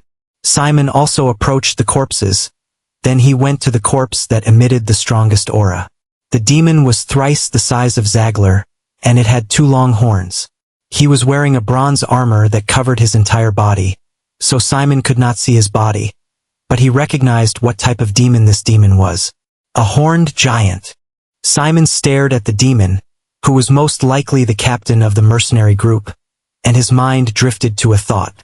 Can I devour him? The light in Simon's eyes was intense, but before he could even come to a decision, a jolt ran through his entire body, and he instantly jumped back with cat-like agility and speed. Whoosh! A dagger swiped through where he stood. All Simon heard was the sound of the wind being sliced, and his instincts as a feline demon beastkin warning him of an incoming threat. He saw nothing, but his brain and body instantly reacted to the threat. He jumped back at a speed a normal human would never be able to accomplish, and the moment he did, a dagger swiped at his previous location. To be more precise, it swiped where his neck was. You dodged that. Simon's cat-like eyes constricted into pinholes as the air in front of him rippled, and a demon appeared. Because it was his instincts as a demonic cat that took over and allowed him to react to the attack, he crouched like a cat after dodging the dagger. But as he looked at the demon before him, Fearless instantly worked its magic, and he became calm. He slowly and calmly got to his feet. Then he observed the demon. The demon wore a cloak with a hoodie that covered his head to their ankles. Simon tried to see the demon's face, but all he saw was darkness. There was a power that prevented him from seeing the demon's face, and since he had not awakened his demonic heart, he had no power to pierce through the veil. He looked at the demon's feet, and he saw that the demon was barefooted. The only thing he could see were bandages around the demon's ankles. Simon's gaze then shifted to the demon's dagger, and then their shadow. A second later, the shadow rippled, and Simon's gaze sharpened. A Valari demon? This is bad. You're not talking. The demon tilted its head with a tinge of intrigue in their voice. Simon noticed something else, something he was not surprised by. The demon's voice was distorted and neutral. Simon could not infer if the demon was a male or a female. Are you scared? The demon asked, but Simon did not answer. The gears in his mind were running at full speed as he thought of ways to survive. Then he looked at Zagler, and his expression became more grave. Zagler was clutching his stomach, which was bleeding profusely, and a few meters in front of him were 3 demons with the same outfit as the demon in front of him. Completely black cloaks with nothing else on them and bandages on their bare feet, and daggers. These should be Valaris, but why are they attacking Zagler? Valaris are demons who can control shadows. They are assassins who mainly kill for money, and Daygrins should not be their target because Daygrins are one of the main clients of the Valaris. In fact, whenever a Daygrin is killed or the entire Daygrin race wants to kill an individual or a group, the Valaris are usually the first demons they pay. But now, for Valaris are attacking Zagler, who is a Daygrin? Simon's eyes suddenly landed on one of the Valaris whose shadow suddenly rose, and when he stretched out his hand into the shadow, he brought out a severed head from his shadow. Could that be the last demon Zagler said was missing from his mercenary group? Simon frowned slightly in contemplation, but then his ears suddenly straightened as he heard the sound of the wind being disturbed. His head snapped to the front, and his pupils constricted once again.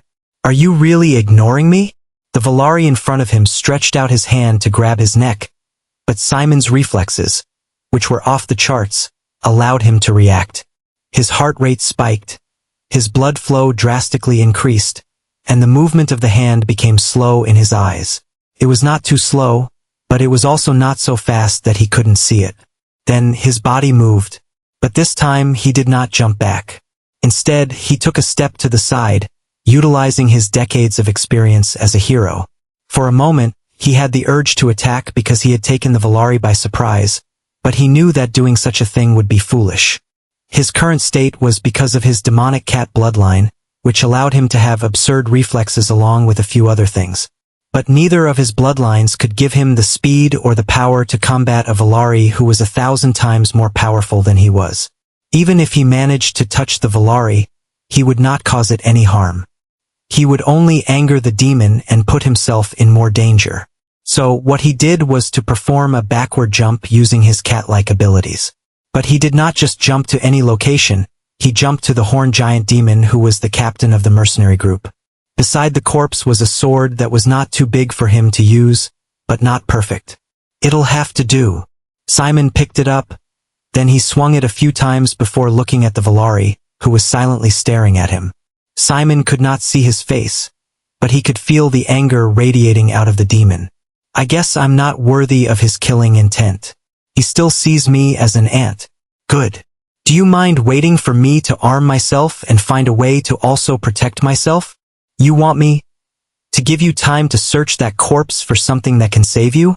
The Volari asked with an extremely baffled tone as he wondered if he heard correctly. But to his surprise, Simon nodded. Yes, as you can see, I have not awakened my demonic heart, but I have a little bit of talent. I would not feel at ease if I die without at least putting up a fight. The Volari remained silent, and Simon shook his head with a disappointed expression. And here I thought you weren't a coward. You can search for whatever you want. But I promise you, nothing would save you from my blade. Simon's lips curled up slightly. I know that. Without wasting any more time, he crouched, touched the horned giant, and acted like he was searching for something in the demon's clothes. Meanwhile, what he was truly doing was devour. While Simon and a Volari were conversing and battling, Zagler was facing a predicament which he never expected. Just like Simon, he had been ambushed. But unlike Simon, he was not able to dodge the attack. No, the attacks. The main reason Simon was alive and was able to dodge the attacks of the Volari was because the Volari was not even using up to a quarter of his power. The Volari was an archfiend, and there was no way Simon could dodge the attacks of an archfiend even with his absurdly fast reflexes. Meanwhile, Zagler was not so lucky. Although Simon was not certain, the Volaris knew Zagler's true power level, and they did not treat him lightly in the slightest. When they attacked with the intent to kill, and they did not dare to underestimate him.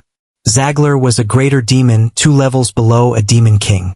As for the 3 Volaris that attacked Zagler, all 3 were also greater demons. It was no wonder Zagler's mercenary group died at the hands of 4 demons. However, none of this information bothered Zagler. What truly bothered Zagler was, why the fuck are you guys betraying me? I thought we had a deal. No longer did Zagler have his ever-present smile. On his face was an expression of pure and utter fury as he looked at the 3 Volaris. Is the Shadowgrave clan planning on ending the partnership between the Daygrins and the Volaris? The Volaris remained silent. Then the Volari in the middle spoke. Where is the Devourer's blood essence? Zagler's teeth gnashed in anger and fury the moment he heard this. He clenched his fists tightly to the point that veins appeared on his arms and his neck. He was so furious to the point that he wanted to kill everything. Where is the Devourer's blood essence? Where is the Devourer's blood essence? I was obviously going to give it to you as per our agreement, you stupid bastards. There was no need for you to do this. You know how we Daygrins are. Wealth over power.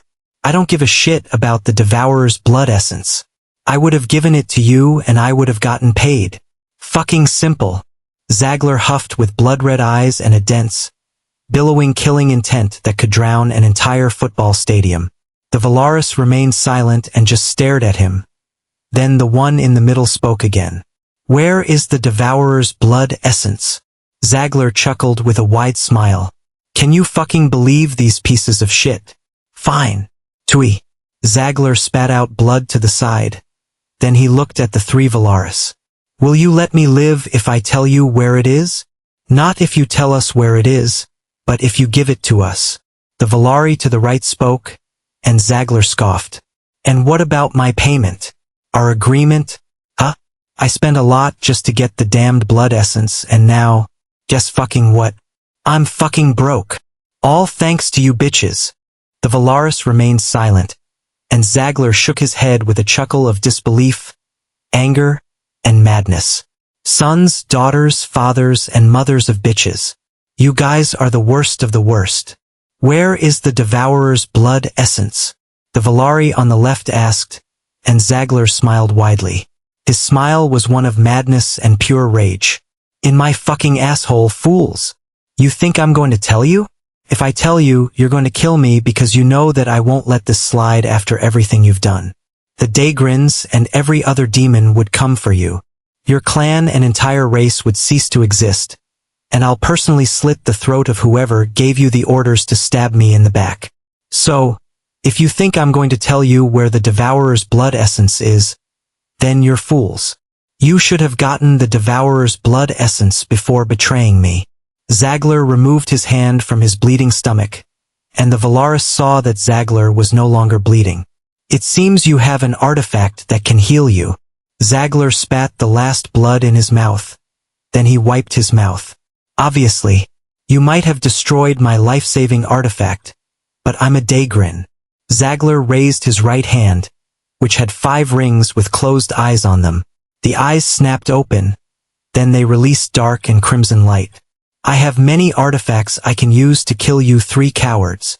The Valaris remained calm despite the rise in Zagler's demonic energy. The Valari in the middle looked at Zagler's necklace, which was a bone thong. When he saw the cracks on its surface and the lack of demonic energy in it, he nodded slightly. We've destroyed the main artifact. We can kill him now. Zagler's left eye twitched when he heard this. His necklace was an artifact that could form a very powerful defensive shield around him. This shield could only be destroyed by the attacks of at least a dozen greater demons or an attack of a demon lord. It was the main concern of the Valaris because if Zagler was protected by the shield, he could call for reinforcements and it would put the Valaris and the Shadowgrave clan in a dangerous position. It's unfortunate that it has come to this, the Valari in the middle said while raising his dagger and taking an attacking stance. The other Valaris did the same thing. Meanwhile, Zagler scoffed at the Valari's words. Make your last prayers, bastards, because today will be your last. The Valaris said nothing, and Zagler stared at them coldly. A few moments later, the Valaris on the right and left moved. One of the rings glowed, and Zagler took a step back. In the blink of an eye, the distance between him and the Valaris increased by hundreds of meters. Another ring glowed, and a crimson bow appeared in his hand. Another ring glowed, and when Zagler pulled the string, a flaming arrow appeared. Zagler let go of it, and the flaming arrow flew at a speed some fighter jets could not reach. Despite the speed and the sudden increase in distance between them and Zagler, the Valaris were not taken off guard. They were about to use their defensive skills, but then another ring on Zagler's right hand glowed. The space between the flaming arrow and the Valaris folded, and to the disbelief of the Valaris, the flaming arrow appeared right in front of them. Boom! There was a reason why the Shadowgrave clan sent 3 greater demons to kill Zagler, who was just a merchant. Although the Daygrins were not particularly known for their battle prowess, they were known and feared for one thing: artifacts and treasures. Possession of numerous artifacts and treasures. Daygrins were treasure and artifact seekers, and their bloodline allowed them to find artifacts and treasures other demons or humans would normally not find. Their instincts towards the locations of treasures and artifacts is unmatched in the 3 realms. And this made the Daygrins dangerous. While a human might only possess 5 artifacts, a Daygrin of a similar power level could possess 20 or even more artifacts. Although the Daygrins were not exceptional in combat, the numerous treasures in their possession made each and every one of them a force to be reckoned with. A lack of information about a Daygrin's artifacts, and a lack of preparation against those artifacts could lead to the death of those who dared to kill a Daegrin. Daegrins only desired wealth over everything else, even power. But every knowledgeable demon knows that even wealth was power. This was also why there were so few deaths of Daegrins, and the death of a Daegrin usually sent waves across the upper echelons of the demon society. In Simon's time, many humans had tried hunting for Daegrins once it was known that they were walking treasure chests. But 99% of the hunts against Daegrins ended up in massive failures and an immense number of deaths. The Daegrins were one of the few races in the demon realm with a foundation that was so solid not even the demon king of death could shake in Simon's past life. The Daegrins were dangerous, but because they were neutral and had no desire to be involved in politics and the power struggle of humans and demons, they were left untouched. Also, the stronger a Daegrin, the more treasures the Daegrin was more likely to have. Zagler was a reputable greater demon amongst the Daegrins and the upper echelons of the demon society, and the Shadowgrave clan knew that to kill him they would need to be thoroughly prepared. However, preparation was not the only thing that gave them the confidence to try and kill Zagler. They also knew that Zagler was broke because of the deal he made with them. Many of his artifacts which could unleash attacks at the level of a demon lord were no more, and the three greater demons just had to make sure they killed him in his current state. A broke Daegrin was a vulnerable Daegrin. However, Zagler was proving rather difficult for the Valaris to fight. As a massive whirlwind of flames roared and crackled into the sky, the three Valaris who were caught off guard by Zagler's attacks struggled to protect themselves. They screamed as their bodies were burned by the flames, but a few seconds later, their shadows moved and covered them in a spherical barrier. Tisk! Zagler clicked his tongue when he saw this. Then he pulled the string of the bow and the eye of one of his rings emitted a fiery crimson light. Another flaming arrow appeared in his fingers, and he aimed it at the flaming tornado. I told you that you'll regret betraying me. He closed a single eye, and as he was aiming for the three burning spheres of shadows that were struggling in his attack, his own shadow suddenly rippled. A figure clad in black cloak slowly rose from Zagler's shadow. This figure was one of the three Valaris. Zagler remained ignorant of the Valari behind him, but when the Valari was about to stab him from behind, one of Zagler's rings suddenly emitted a glow and time slowed down. The Valari's dagger, which was mere inches from piercing the back of Zagler, seemingly froze, and Zagler calmly took a step forward and turned with the flaming arrow in his hand. On his face was the calm and harmless smile he usually had before he got betrayed. The world's time was slowed down, but Zagler's time was not. He could move normally while everything in 100 meters radius around him could not. This was the power of an artifact. Fool! Without saying anything else, he shot the arrow at the Valari's heart. The flaming arrow pierced the demon's heart, shattered it, then combusted the heart and the demon altogether. The demon could not even make a sound before his life was burnt out of him. Zagler killed one of the two Valaris, and a few moments later, the flaming tornado receded. The two shadow spheres also receded, revealing the appearance of the Valaris. Their cloaks were burnt, revealing parts of their bodies which were bandaged. One of the Valaris looked at the burning corpse of their partner, and though Zagler could not see his facial expression, he could clearly perceive the killing intent of not just the Valari but of both Valaris. I warned you that you'll pay the price for betraying me, Zagler said with a light smile filled with confidence. Then he held his bow with his left hand and lowered it.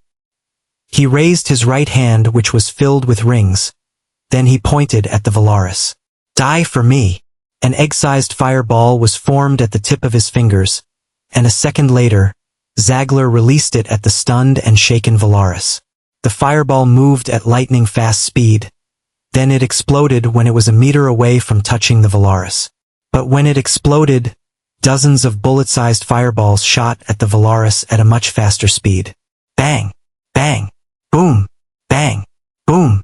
The Valaris were bombarded by the dozens of fireballs which were like grenades, but only more powerful.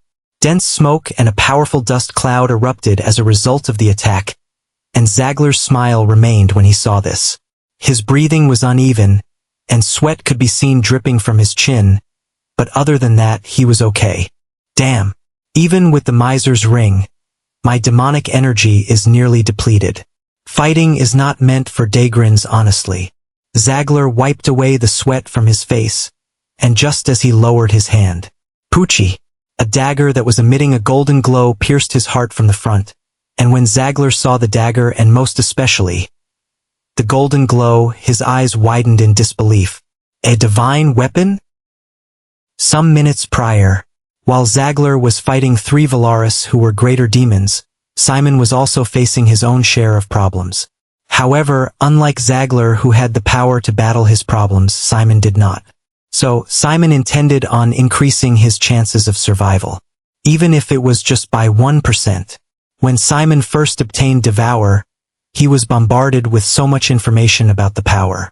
And funny enough, he still did not know much about Devour. However, what he knew was enough to leave him stunned. Because he did not absorb the blood essence of the Devourer but used his 7 stars blessing to obtain Devour, he was not able to get the full power of Devour, or to be more precise, the full power of a Devourer. If he had absorbed the blood essence and survived, he would have become a Devourer. But he was not. A Devourer could devour the bloodlines of other demons and make it theirs. But Simon could not absorb another bloodline with Devour. For him, Devour worked differently. Whenever he used Devour, he could absorb the physical attributes of a demon or human, and even the skills of a demon or human. For instance, he could absorb the strength, speed, dexterity, constitution, and several other physical attributes the demon or human possessed. It was like a human adding free stat points to their physical stats. However, what he gained was dependent on his proficiency of Devour, the physical attributes the demon or human possessed, and how much Simon's body and mind could take. Simon was using Devour on a greater demon, and the physical attributes he gained made him to be 5 times stronger in that moment. This was a massive boost, and it made him to be as powerful as a lesser demon with a common demonic bloodline. And it also made him to be on par with fiends who possessed a lesser demonic bloodline. Simon was even shocked by this improvement because he had still not awakened his demonic heart. He still did not possess a flickering heart, but he was already as powerful as a fiend, all because of a single skill. Although there would still be differences between him and a fiend or a lesser demon. Differences like the weapons the enemy had, the enemy's skills, and even the abilities of their bloodline. But the core of the matter is that Simon was suddenly a lot more powerful than before. This is still not enough to defeat the Valari. I should have gotten a lot more from devouring a greater demon, but my physical body cannot handle so much, especially my unawakened demon heart. It's also a shame that I couldn't absorb a skill of his because of my unawakened demon heart. Absorbing a skill places immense strain on my demonic heart, and the stronger my heart, the more skills I can devour. Anyway, my chances of survival have increased. But I might still die. Hopefully, Zagler wins his battle and saves me before I die. If not, then, sigh. Simon observed the mercenary captain's corpse, which was now desiccated. It looked like all the moisture in it had been absorbed by him, and this made Simon frown. I'll have to be careful whenever I use Devour. It's too obvious. Simon decided not to think too much about the obvious signs Devour left behind. His main concern was the Valari, who was staring at the corpse with immense intensity. Simon stood with the sword in his hand. Then he looked at the Valari with a light smile. Sorry for making you wait. He took a stance. We can begin. The Valari remained silent, and his gaze was entirely on the desiccated corpse of the mercenary captain. A few moments later, the Valari looked at Simon.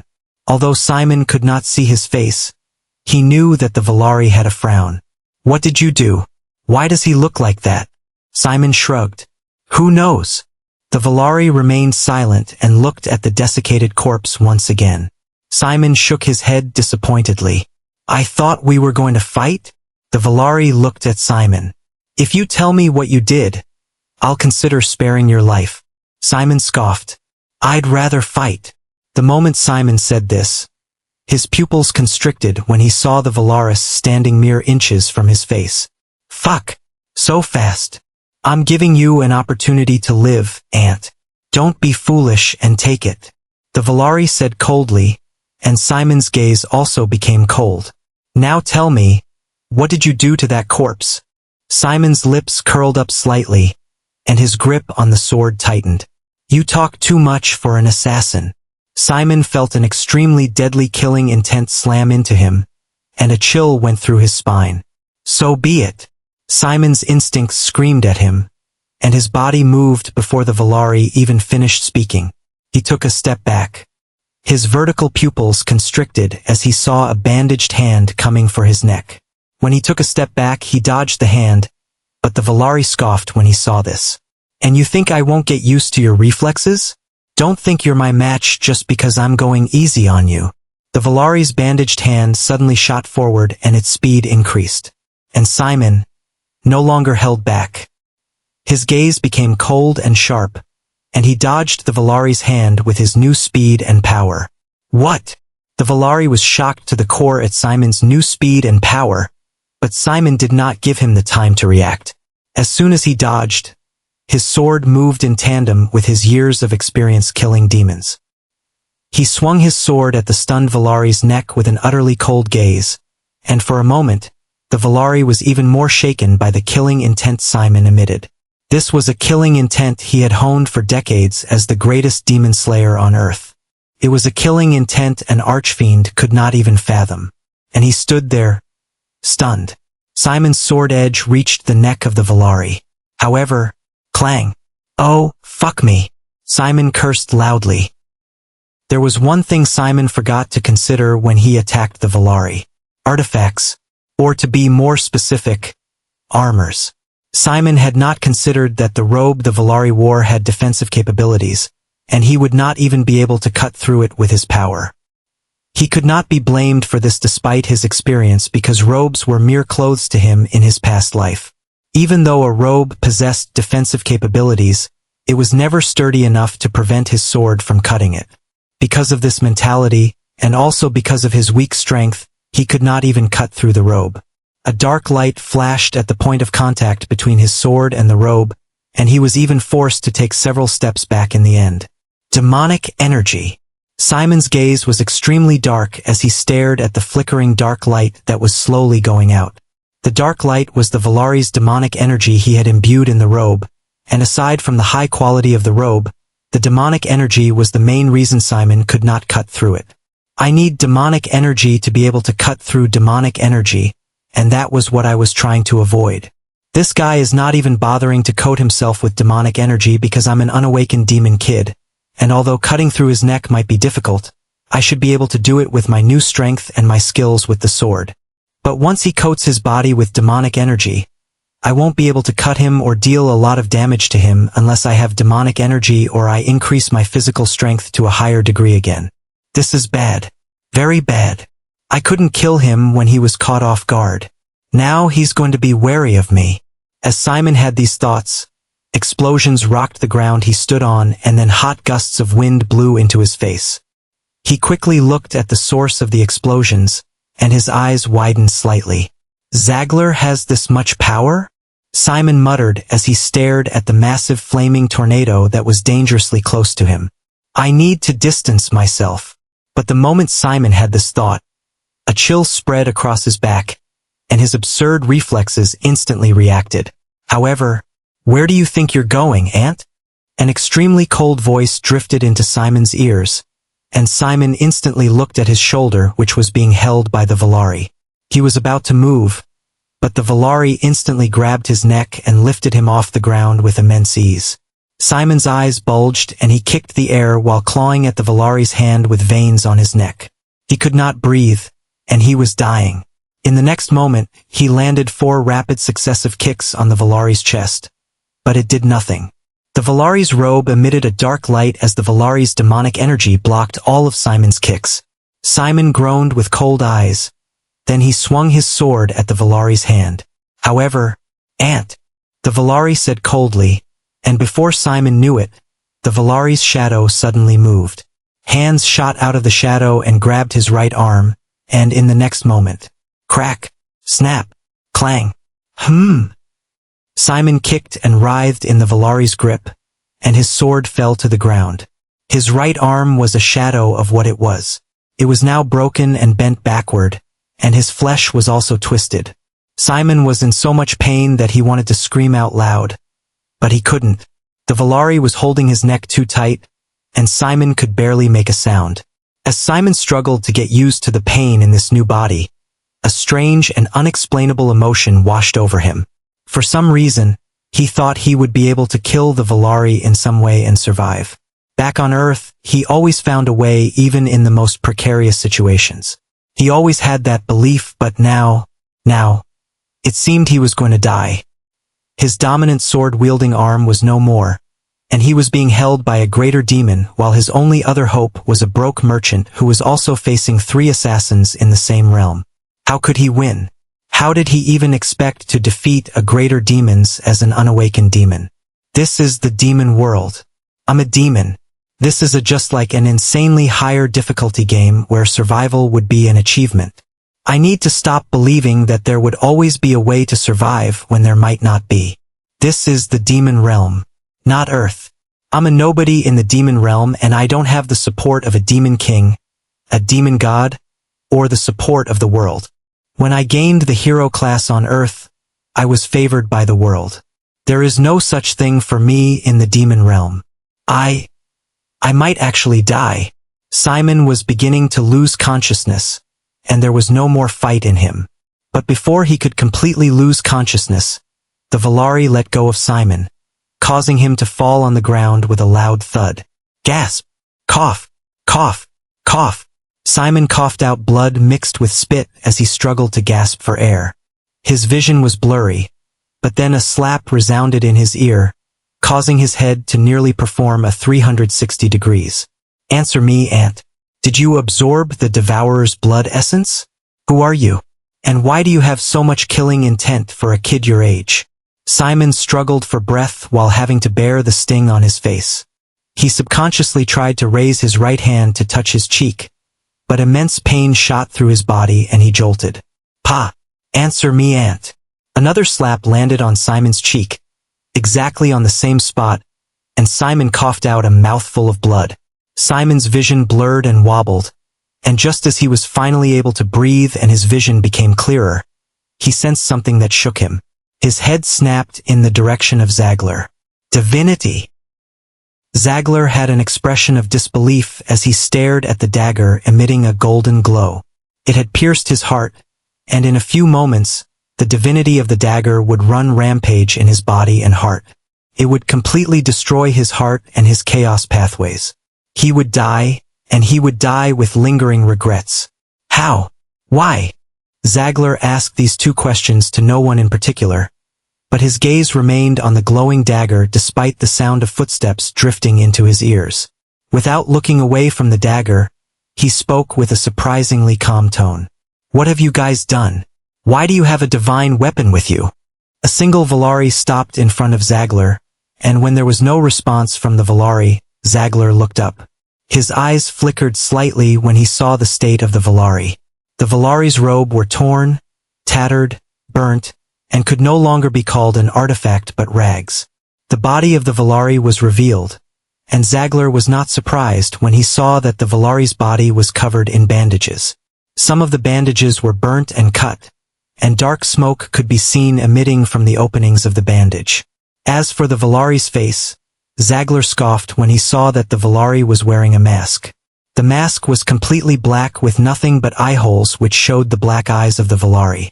Zagler shifted his gaze to the other Volaris who was on the shattered and burnt ground. Zagler had no idea whether his last attack had killed the Volari or whether it had just incapacitated the Volari. He wasn't certain, but what he was looking at was the Volari's face. When he saw that the fallen Volari was also wearing a mask, he clicked his tongue. Bastards roaches. The moment he said this, his heart stopped beating for a second, and his expression drastically changed. God! Copious amount of blood poured out of his mouth, and he could not help but fall to his knees. Damn it! I'm really going to die. Zagler's pupils shook, but when a bandaged feet appeared before his eyes, he looked up with the same light smile he usually had.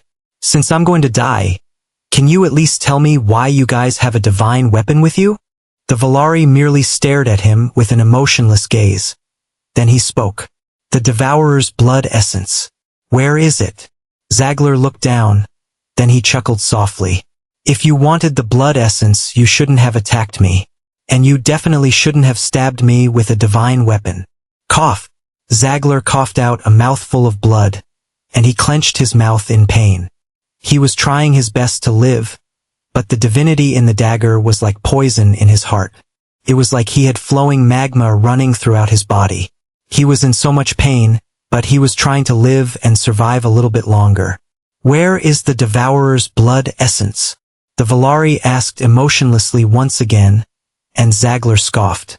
Tell me why you betrayed me and I'll tell you.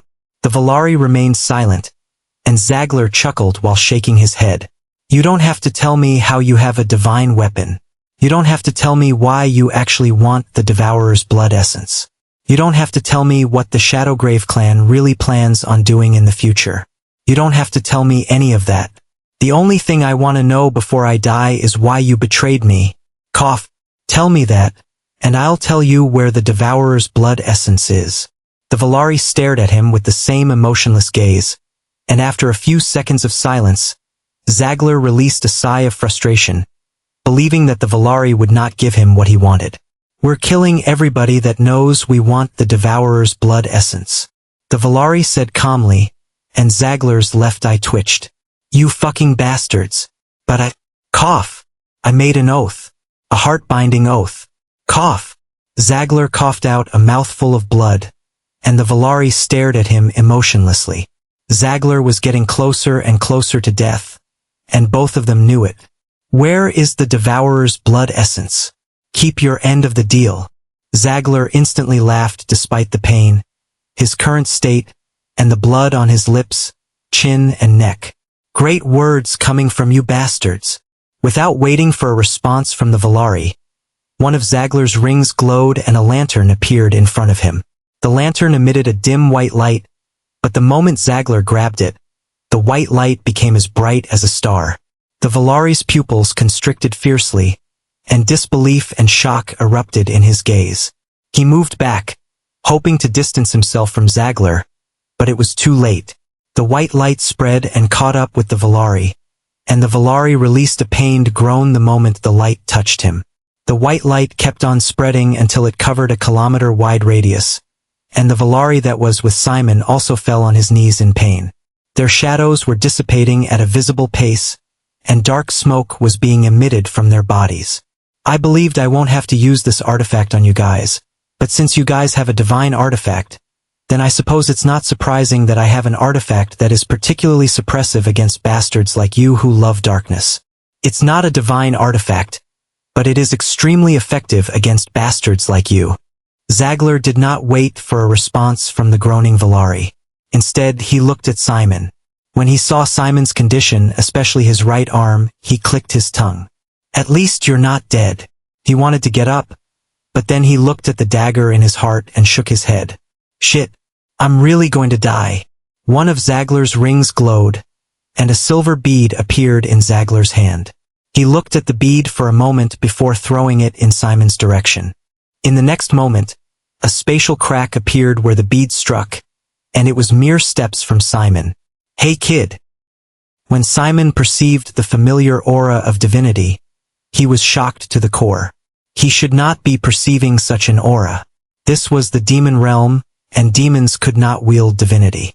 Anything that possessed a divine aura was like poison to them, and if a demon was too weak to handle the aura, they would end up in pain while getting weakened at the same time.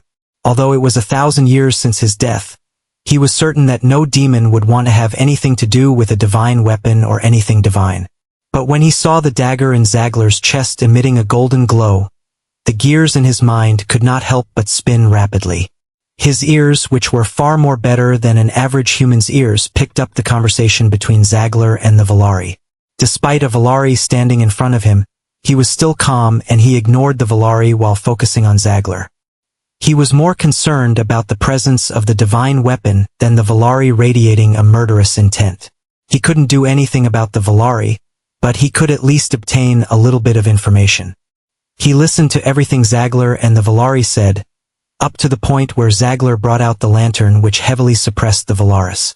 The lantern piqued Simon's curiosity because it was not a divine artifact, but its ability to erase every single shadow in a 1-kilometer radius made it seem like a divine artifact. Simon was curious about its origins. When Zagler threw the silver bead and space cracked close to him, he was stunned because only demigods could shatter space. They were the only ones that could shatter space, and for Zagler to have an artifact that could perform the same feat meant that it was an extraordinary artifact.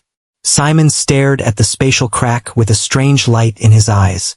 He completely ignored the writhing and screaming Valari a few meters before him. "Hey kid!" Zagler's voice drifted into his ears, and he looked at the Daegrin. "Get out of here before I die. I never should have made a deal with these backstabbing bastards." Simon furrowed his brows slightly as he looked at Zagler. Then he looked at the spatial crack. "Why are you helping me escape?" Zagler chuckled. "Isn't it obvious? I can't be the only one that's on the losing end." Simon could already guess why Zagler was helping him to escape, and it seemed he was right. He doesn't want the Valaris to get the Devourer's blood essence from me because they betrayed him. Simon exhaled softly. Then he got to his feet with a pained expression. He glanced at his broken and twisted right arm. He was in so much pain with every slight movement he made, and it was only his mental fortitude that prevented him from screaming in pain. "This kind of reminds me of my life as a hero, how I used to suffer grievous injuries from dangerous missions." Simon took one last glance at Zagler before turning toward the spatial crack. But before he moved, Zagler spoke. "I can't help you with your arm, but I can increase your chances of survival so that you won't die so quickly." Simon raised a brow. Then he saw Zagler remove the lone ring on his left hand. Zagler looked at the ring for a few seconds before he took it off and flicked it toward Simon. Simon caught it with wide eyes, and he looked at Zagler with a baffled expression. "I call that ring the Miser's Ring. I don't know its true name, but it has the ability to reduce how much demonic energy you use by half."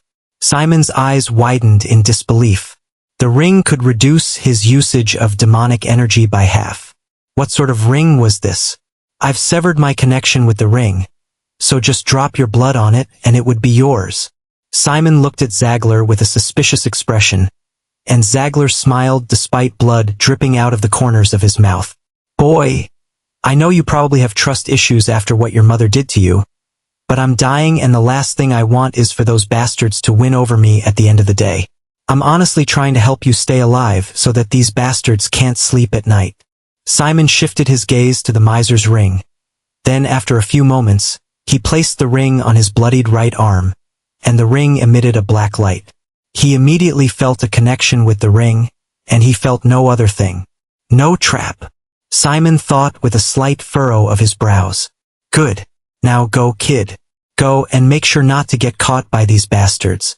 Simon glanced at Zagler, then he glanced at the Miser's Ring. "Thank you." To the immense surprise of Zagler, Simon thanked him, but Simon truly meant it.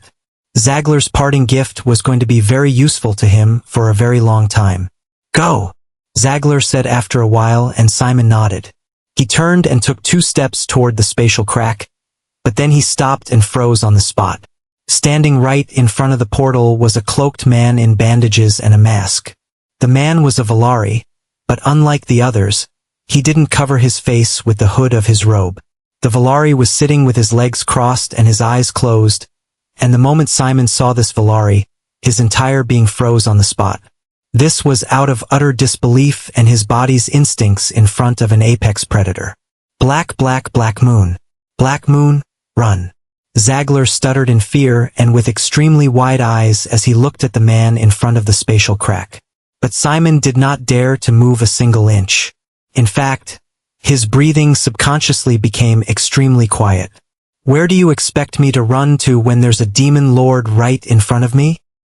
Demon lords. Back when Simon was a hero, there were certain demons who were like walking catastrophes to humans. Demon lords. Demon lords were demons who were a step below demon kings, and a demon lord was a demon who had the power to destroy half a continent if he so desired. Before reaching a certain level of power, Simon was extremely wary of facing a demon lord. They were a step below demigods, and even some talented demon lords could kill a demigod. Demon lords could completely destroy countries with their powers, And if not for the gods and the weak bridges which prevented the demon lords from entering Earth, every single human would have died or would currently be slaves to the demons. Lesser demons, fiends, archfiends, greater demons, demon lords, and demon kings. These were the 6 ranks of demons, and although there was just a single gap between a greater demon and a demon lord, this gap was an unfathomable chasm. Unless a demon had a bloodline, an ability, an item, or innate talent that could bridge this chasm, a demon lord could kill more than a dozen greater demons. And Simon? What could Simon do, or where could he run to in front of a terrifying being like this? Simon dared not to move as he stared at the Valari, which was a demon lord. The demon lord's eyes were closed, and the atmosphere was extremely heavy and tense. Only the sound of the slowly closing spatial crack could be heard, and Zagler could not help but curse. Damn dash! Clang! Poochie! Drip! 3 successive sounds resounded in the surroundings in the span of 2 seconds, and Simon barely registered what happened. He saw a flash pass by his face, then he heard the sound of metal hitting against metal, then he heard the sound of metal hitting against metal, then he heard the sound of blood dripping on the ground along with the sound of the wind being sliced dangerously close to his right ear. Then he saw a metal object in the hand of the demon lord. Is that a shuriken? Simon stared at the shuriken in confusion, but then he heard a cough behind him. He looked back, and his eyes widened slightly when he saw Zagler clutching his chest and coughing out copious amount of blood. Golden light cloud be seen flowing throughout his body, and his body began cracking apart. Damn it! Simon's expression became deathly grave. Meanwhile, Zagler was cursing the demon lord of the Valaris with immense hatred and anger as his body and heart was being torn into pieces. Unlike Simon, who could not see what had happened, Zagler saw everything but he couldn't react. The demon lord had thrown his shuriken into the divine dagger in his heart. The shuriken's impact pushed the dagger deeper into his heart, and unfortunately for Zagler, that was not all the demon lord did. At the point of contact, the demon lord's demonic energy also came in contact with the divinity on the dagger, and the result was like pouring water into hot oil. He had been trying to slow down the movement of the divinity in him, but after the demon lord's demonic energy came in contact with the dagger, he could no longer do such a thing. The divinity in him was now violent and chaotic, and Zagler knew that he was mere moments from meeting death. Damn you, Valaris! A few moments later, Zagler fell face flat into the ground with wide-open eyes that were filled with regret, hatred, and anger. The lantern which had been suppressing the shadows and the 2 Valaris fell to the ground because it no longer had an owner. Zagler was dead, and Simon could not help but stare at the dead Daygrin in a daze. Although Zagler was the reason his tribe was no more, the reason his mother betrayed him, and the reason he was currently in this predicament, the demon had wanted to save him. Although it was purely out of Zagler's selfish interest, the core of the matter remained that Zagler wanted to save him. Simon also had a feeling that if both of them had been able to survive the situation, he would have gotten himself a sponsor if Zagler was true to his words that Daygrins only wanted wealth, not power. To have a Daygrin as a sponsor would drastically increase the pace at which he advanced on the path of power, but that was no longer possible. Zagler was dead, and he knew that his situation was about to become a whole lot worse. The demon lord definitely heard their conversation, so he knew that he was with the Devourer's blood essence. He would not be killed on the spot right now, but he would definitely be killed in the near future. I don't know if I should be glad and relieved that I didn't directly absorb the blood essence, or if I should be worried because of what they do once they realize I don't have the bloodline of the Devourers. I can't believe I'm wishing for the demon who ended my tribe and made my mother betray me, to still be alive. The sound of footsteps drifted into Simon's ears. Then he looked to the side. The greater demon Valari approached the demon lord and knelt on one knee. The Valari he had been fighting also got one knee and bowed before the demon lord. Grave Lord! They both addressed at the same time, and the demon lord finally opened his eyes and looked at them emotionlessly. Disappointing. The demon lord only said one word with a cold and emotionless tone, and both Valaris trembled in fear. Simon could guess why the Grave Lord was disappointed, and it was because 2 greater demons had died facing a single Daygrin who was a merchant, not a warrior. It was surely disappointing when one thought about it. The two kneeling Valaris said nothing. Then, after a tense moment of silence, the grave lord spoke. We'll wait for this spatial crack to close. Unfortunately, only the master has the power to deal with space. I don't. The grave lord then shifted his gaze toward Simon, and Simon felt the hair on his back rise at the Valarius gaze. Then we'll take this kid with us and get what is ours. The two Valaris said nothing and remained kneeling. Then the grave lord closed his eyes and continued meditating in front of the spatial crack. As for Simon, his gaze and expression was still calm despite his situation. Part of him was worried, but not truly afraid. Fearless ensured that he knew no fear. However, he knew that his future was extremely grim, and he could also feel the blade of death's scythe grazing his neck.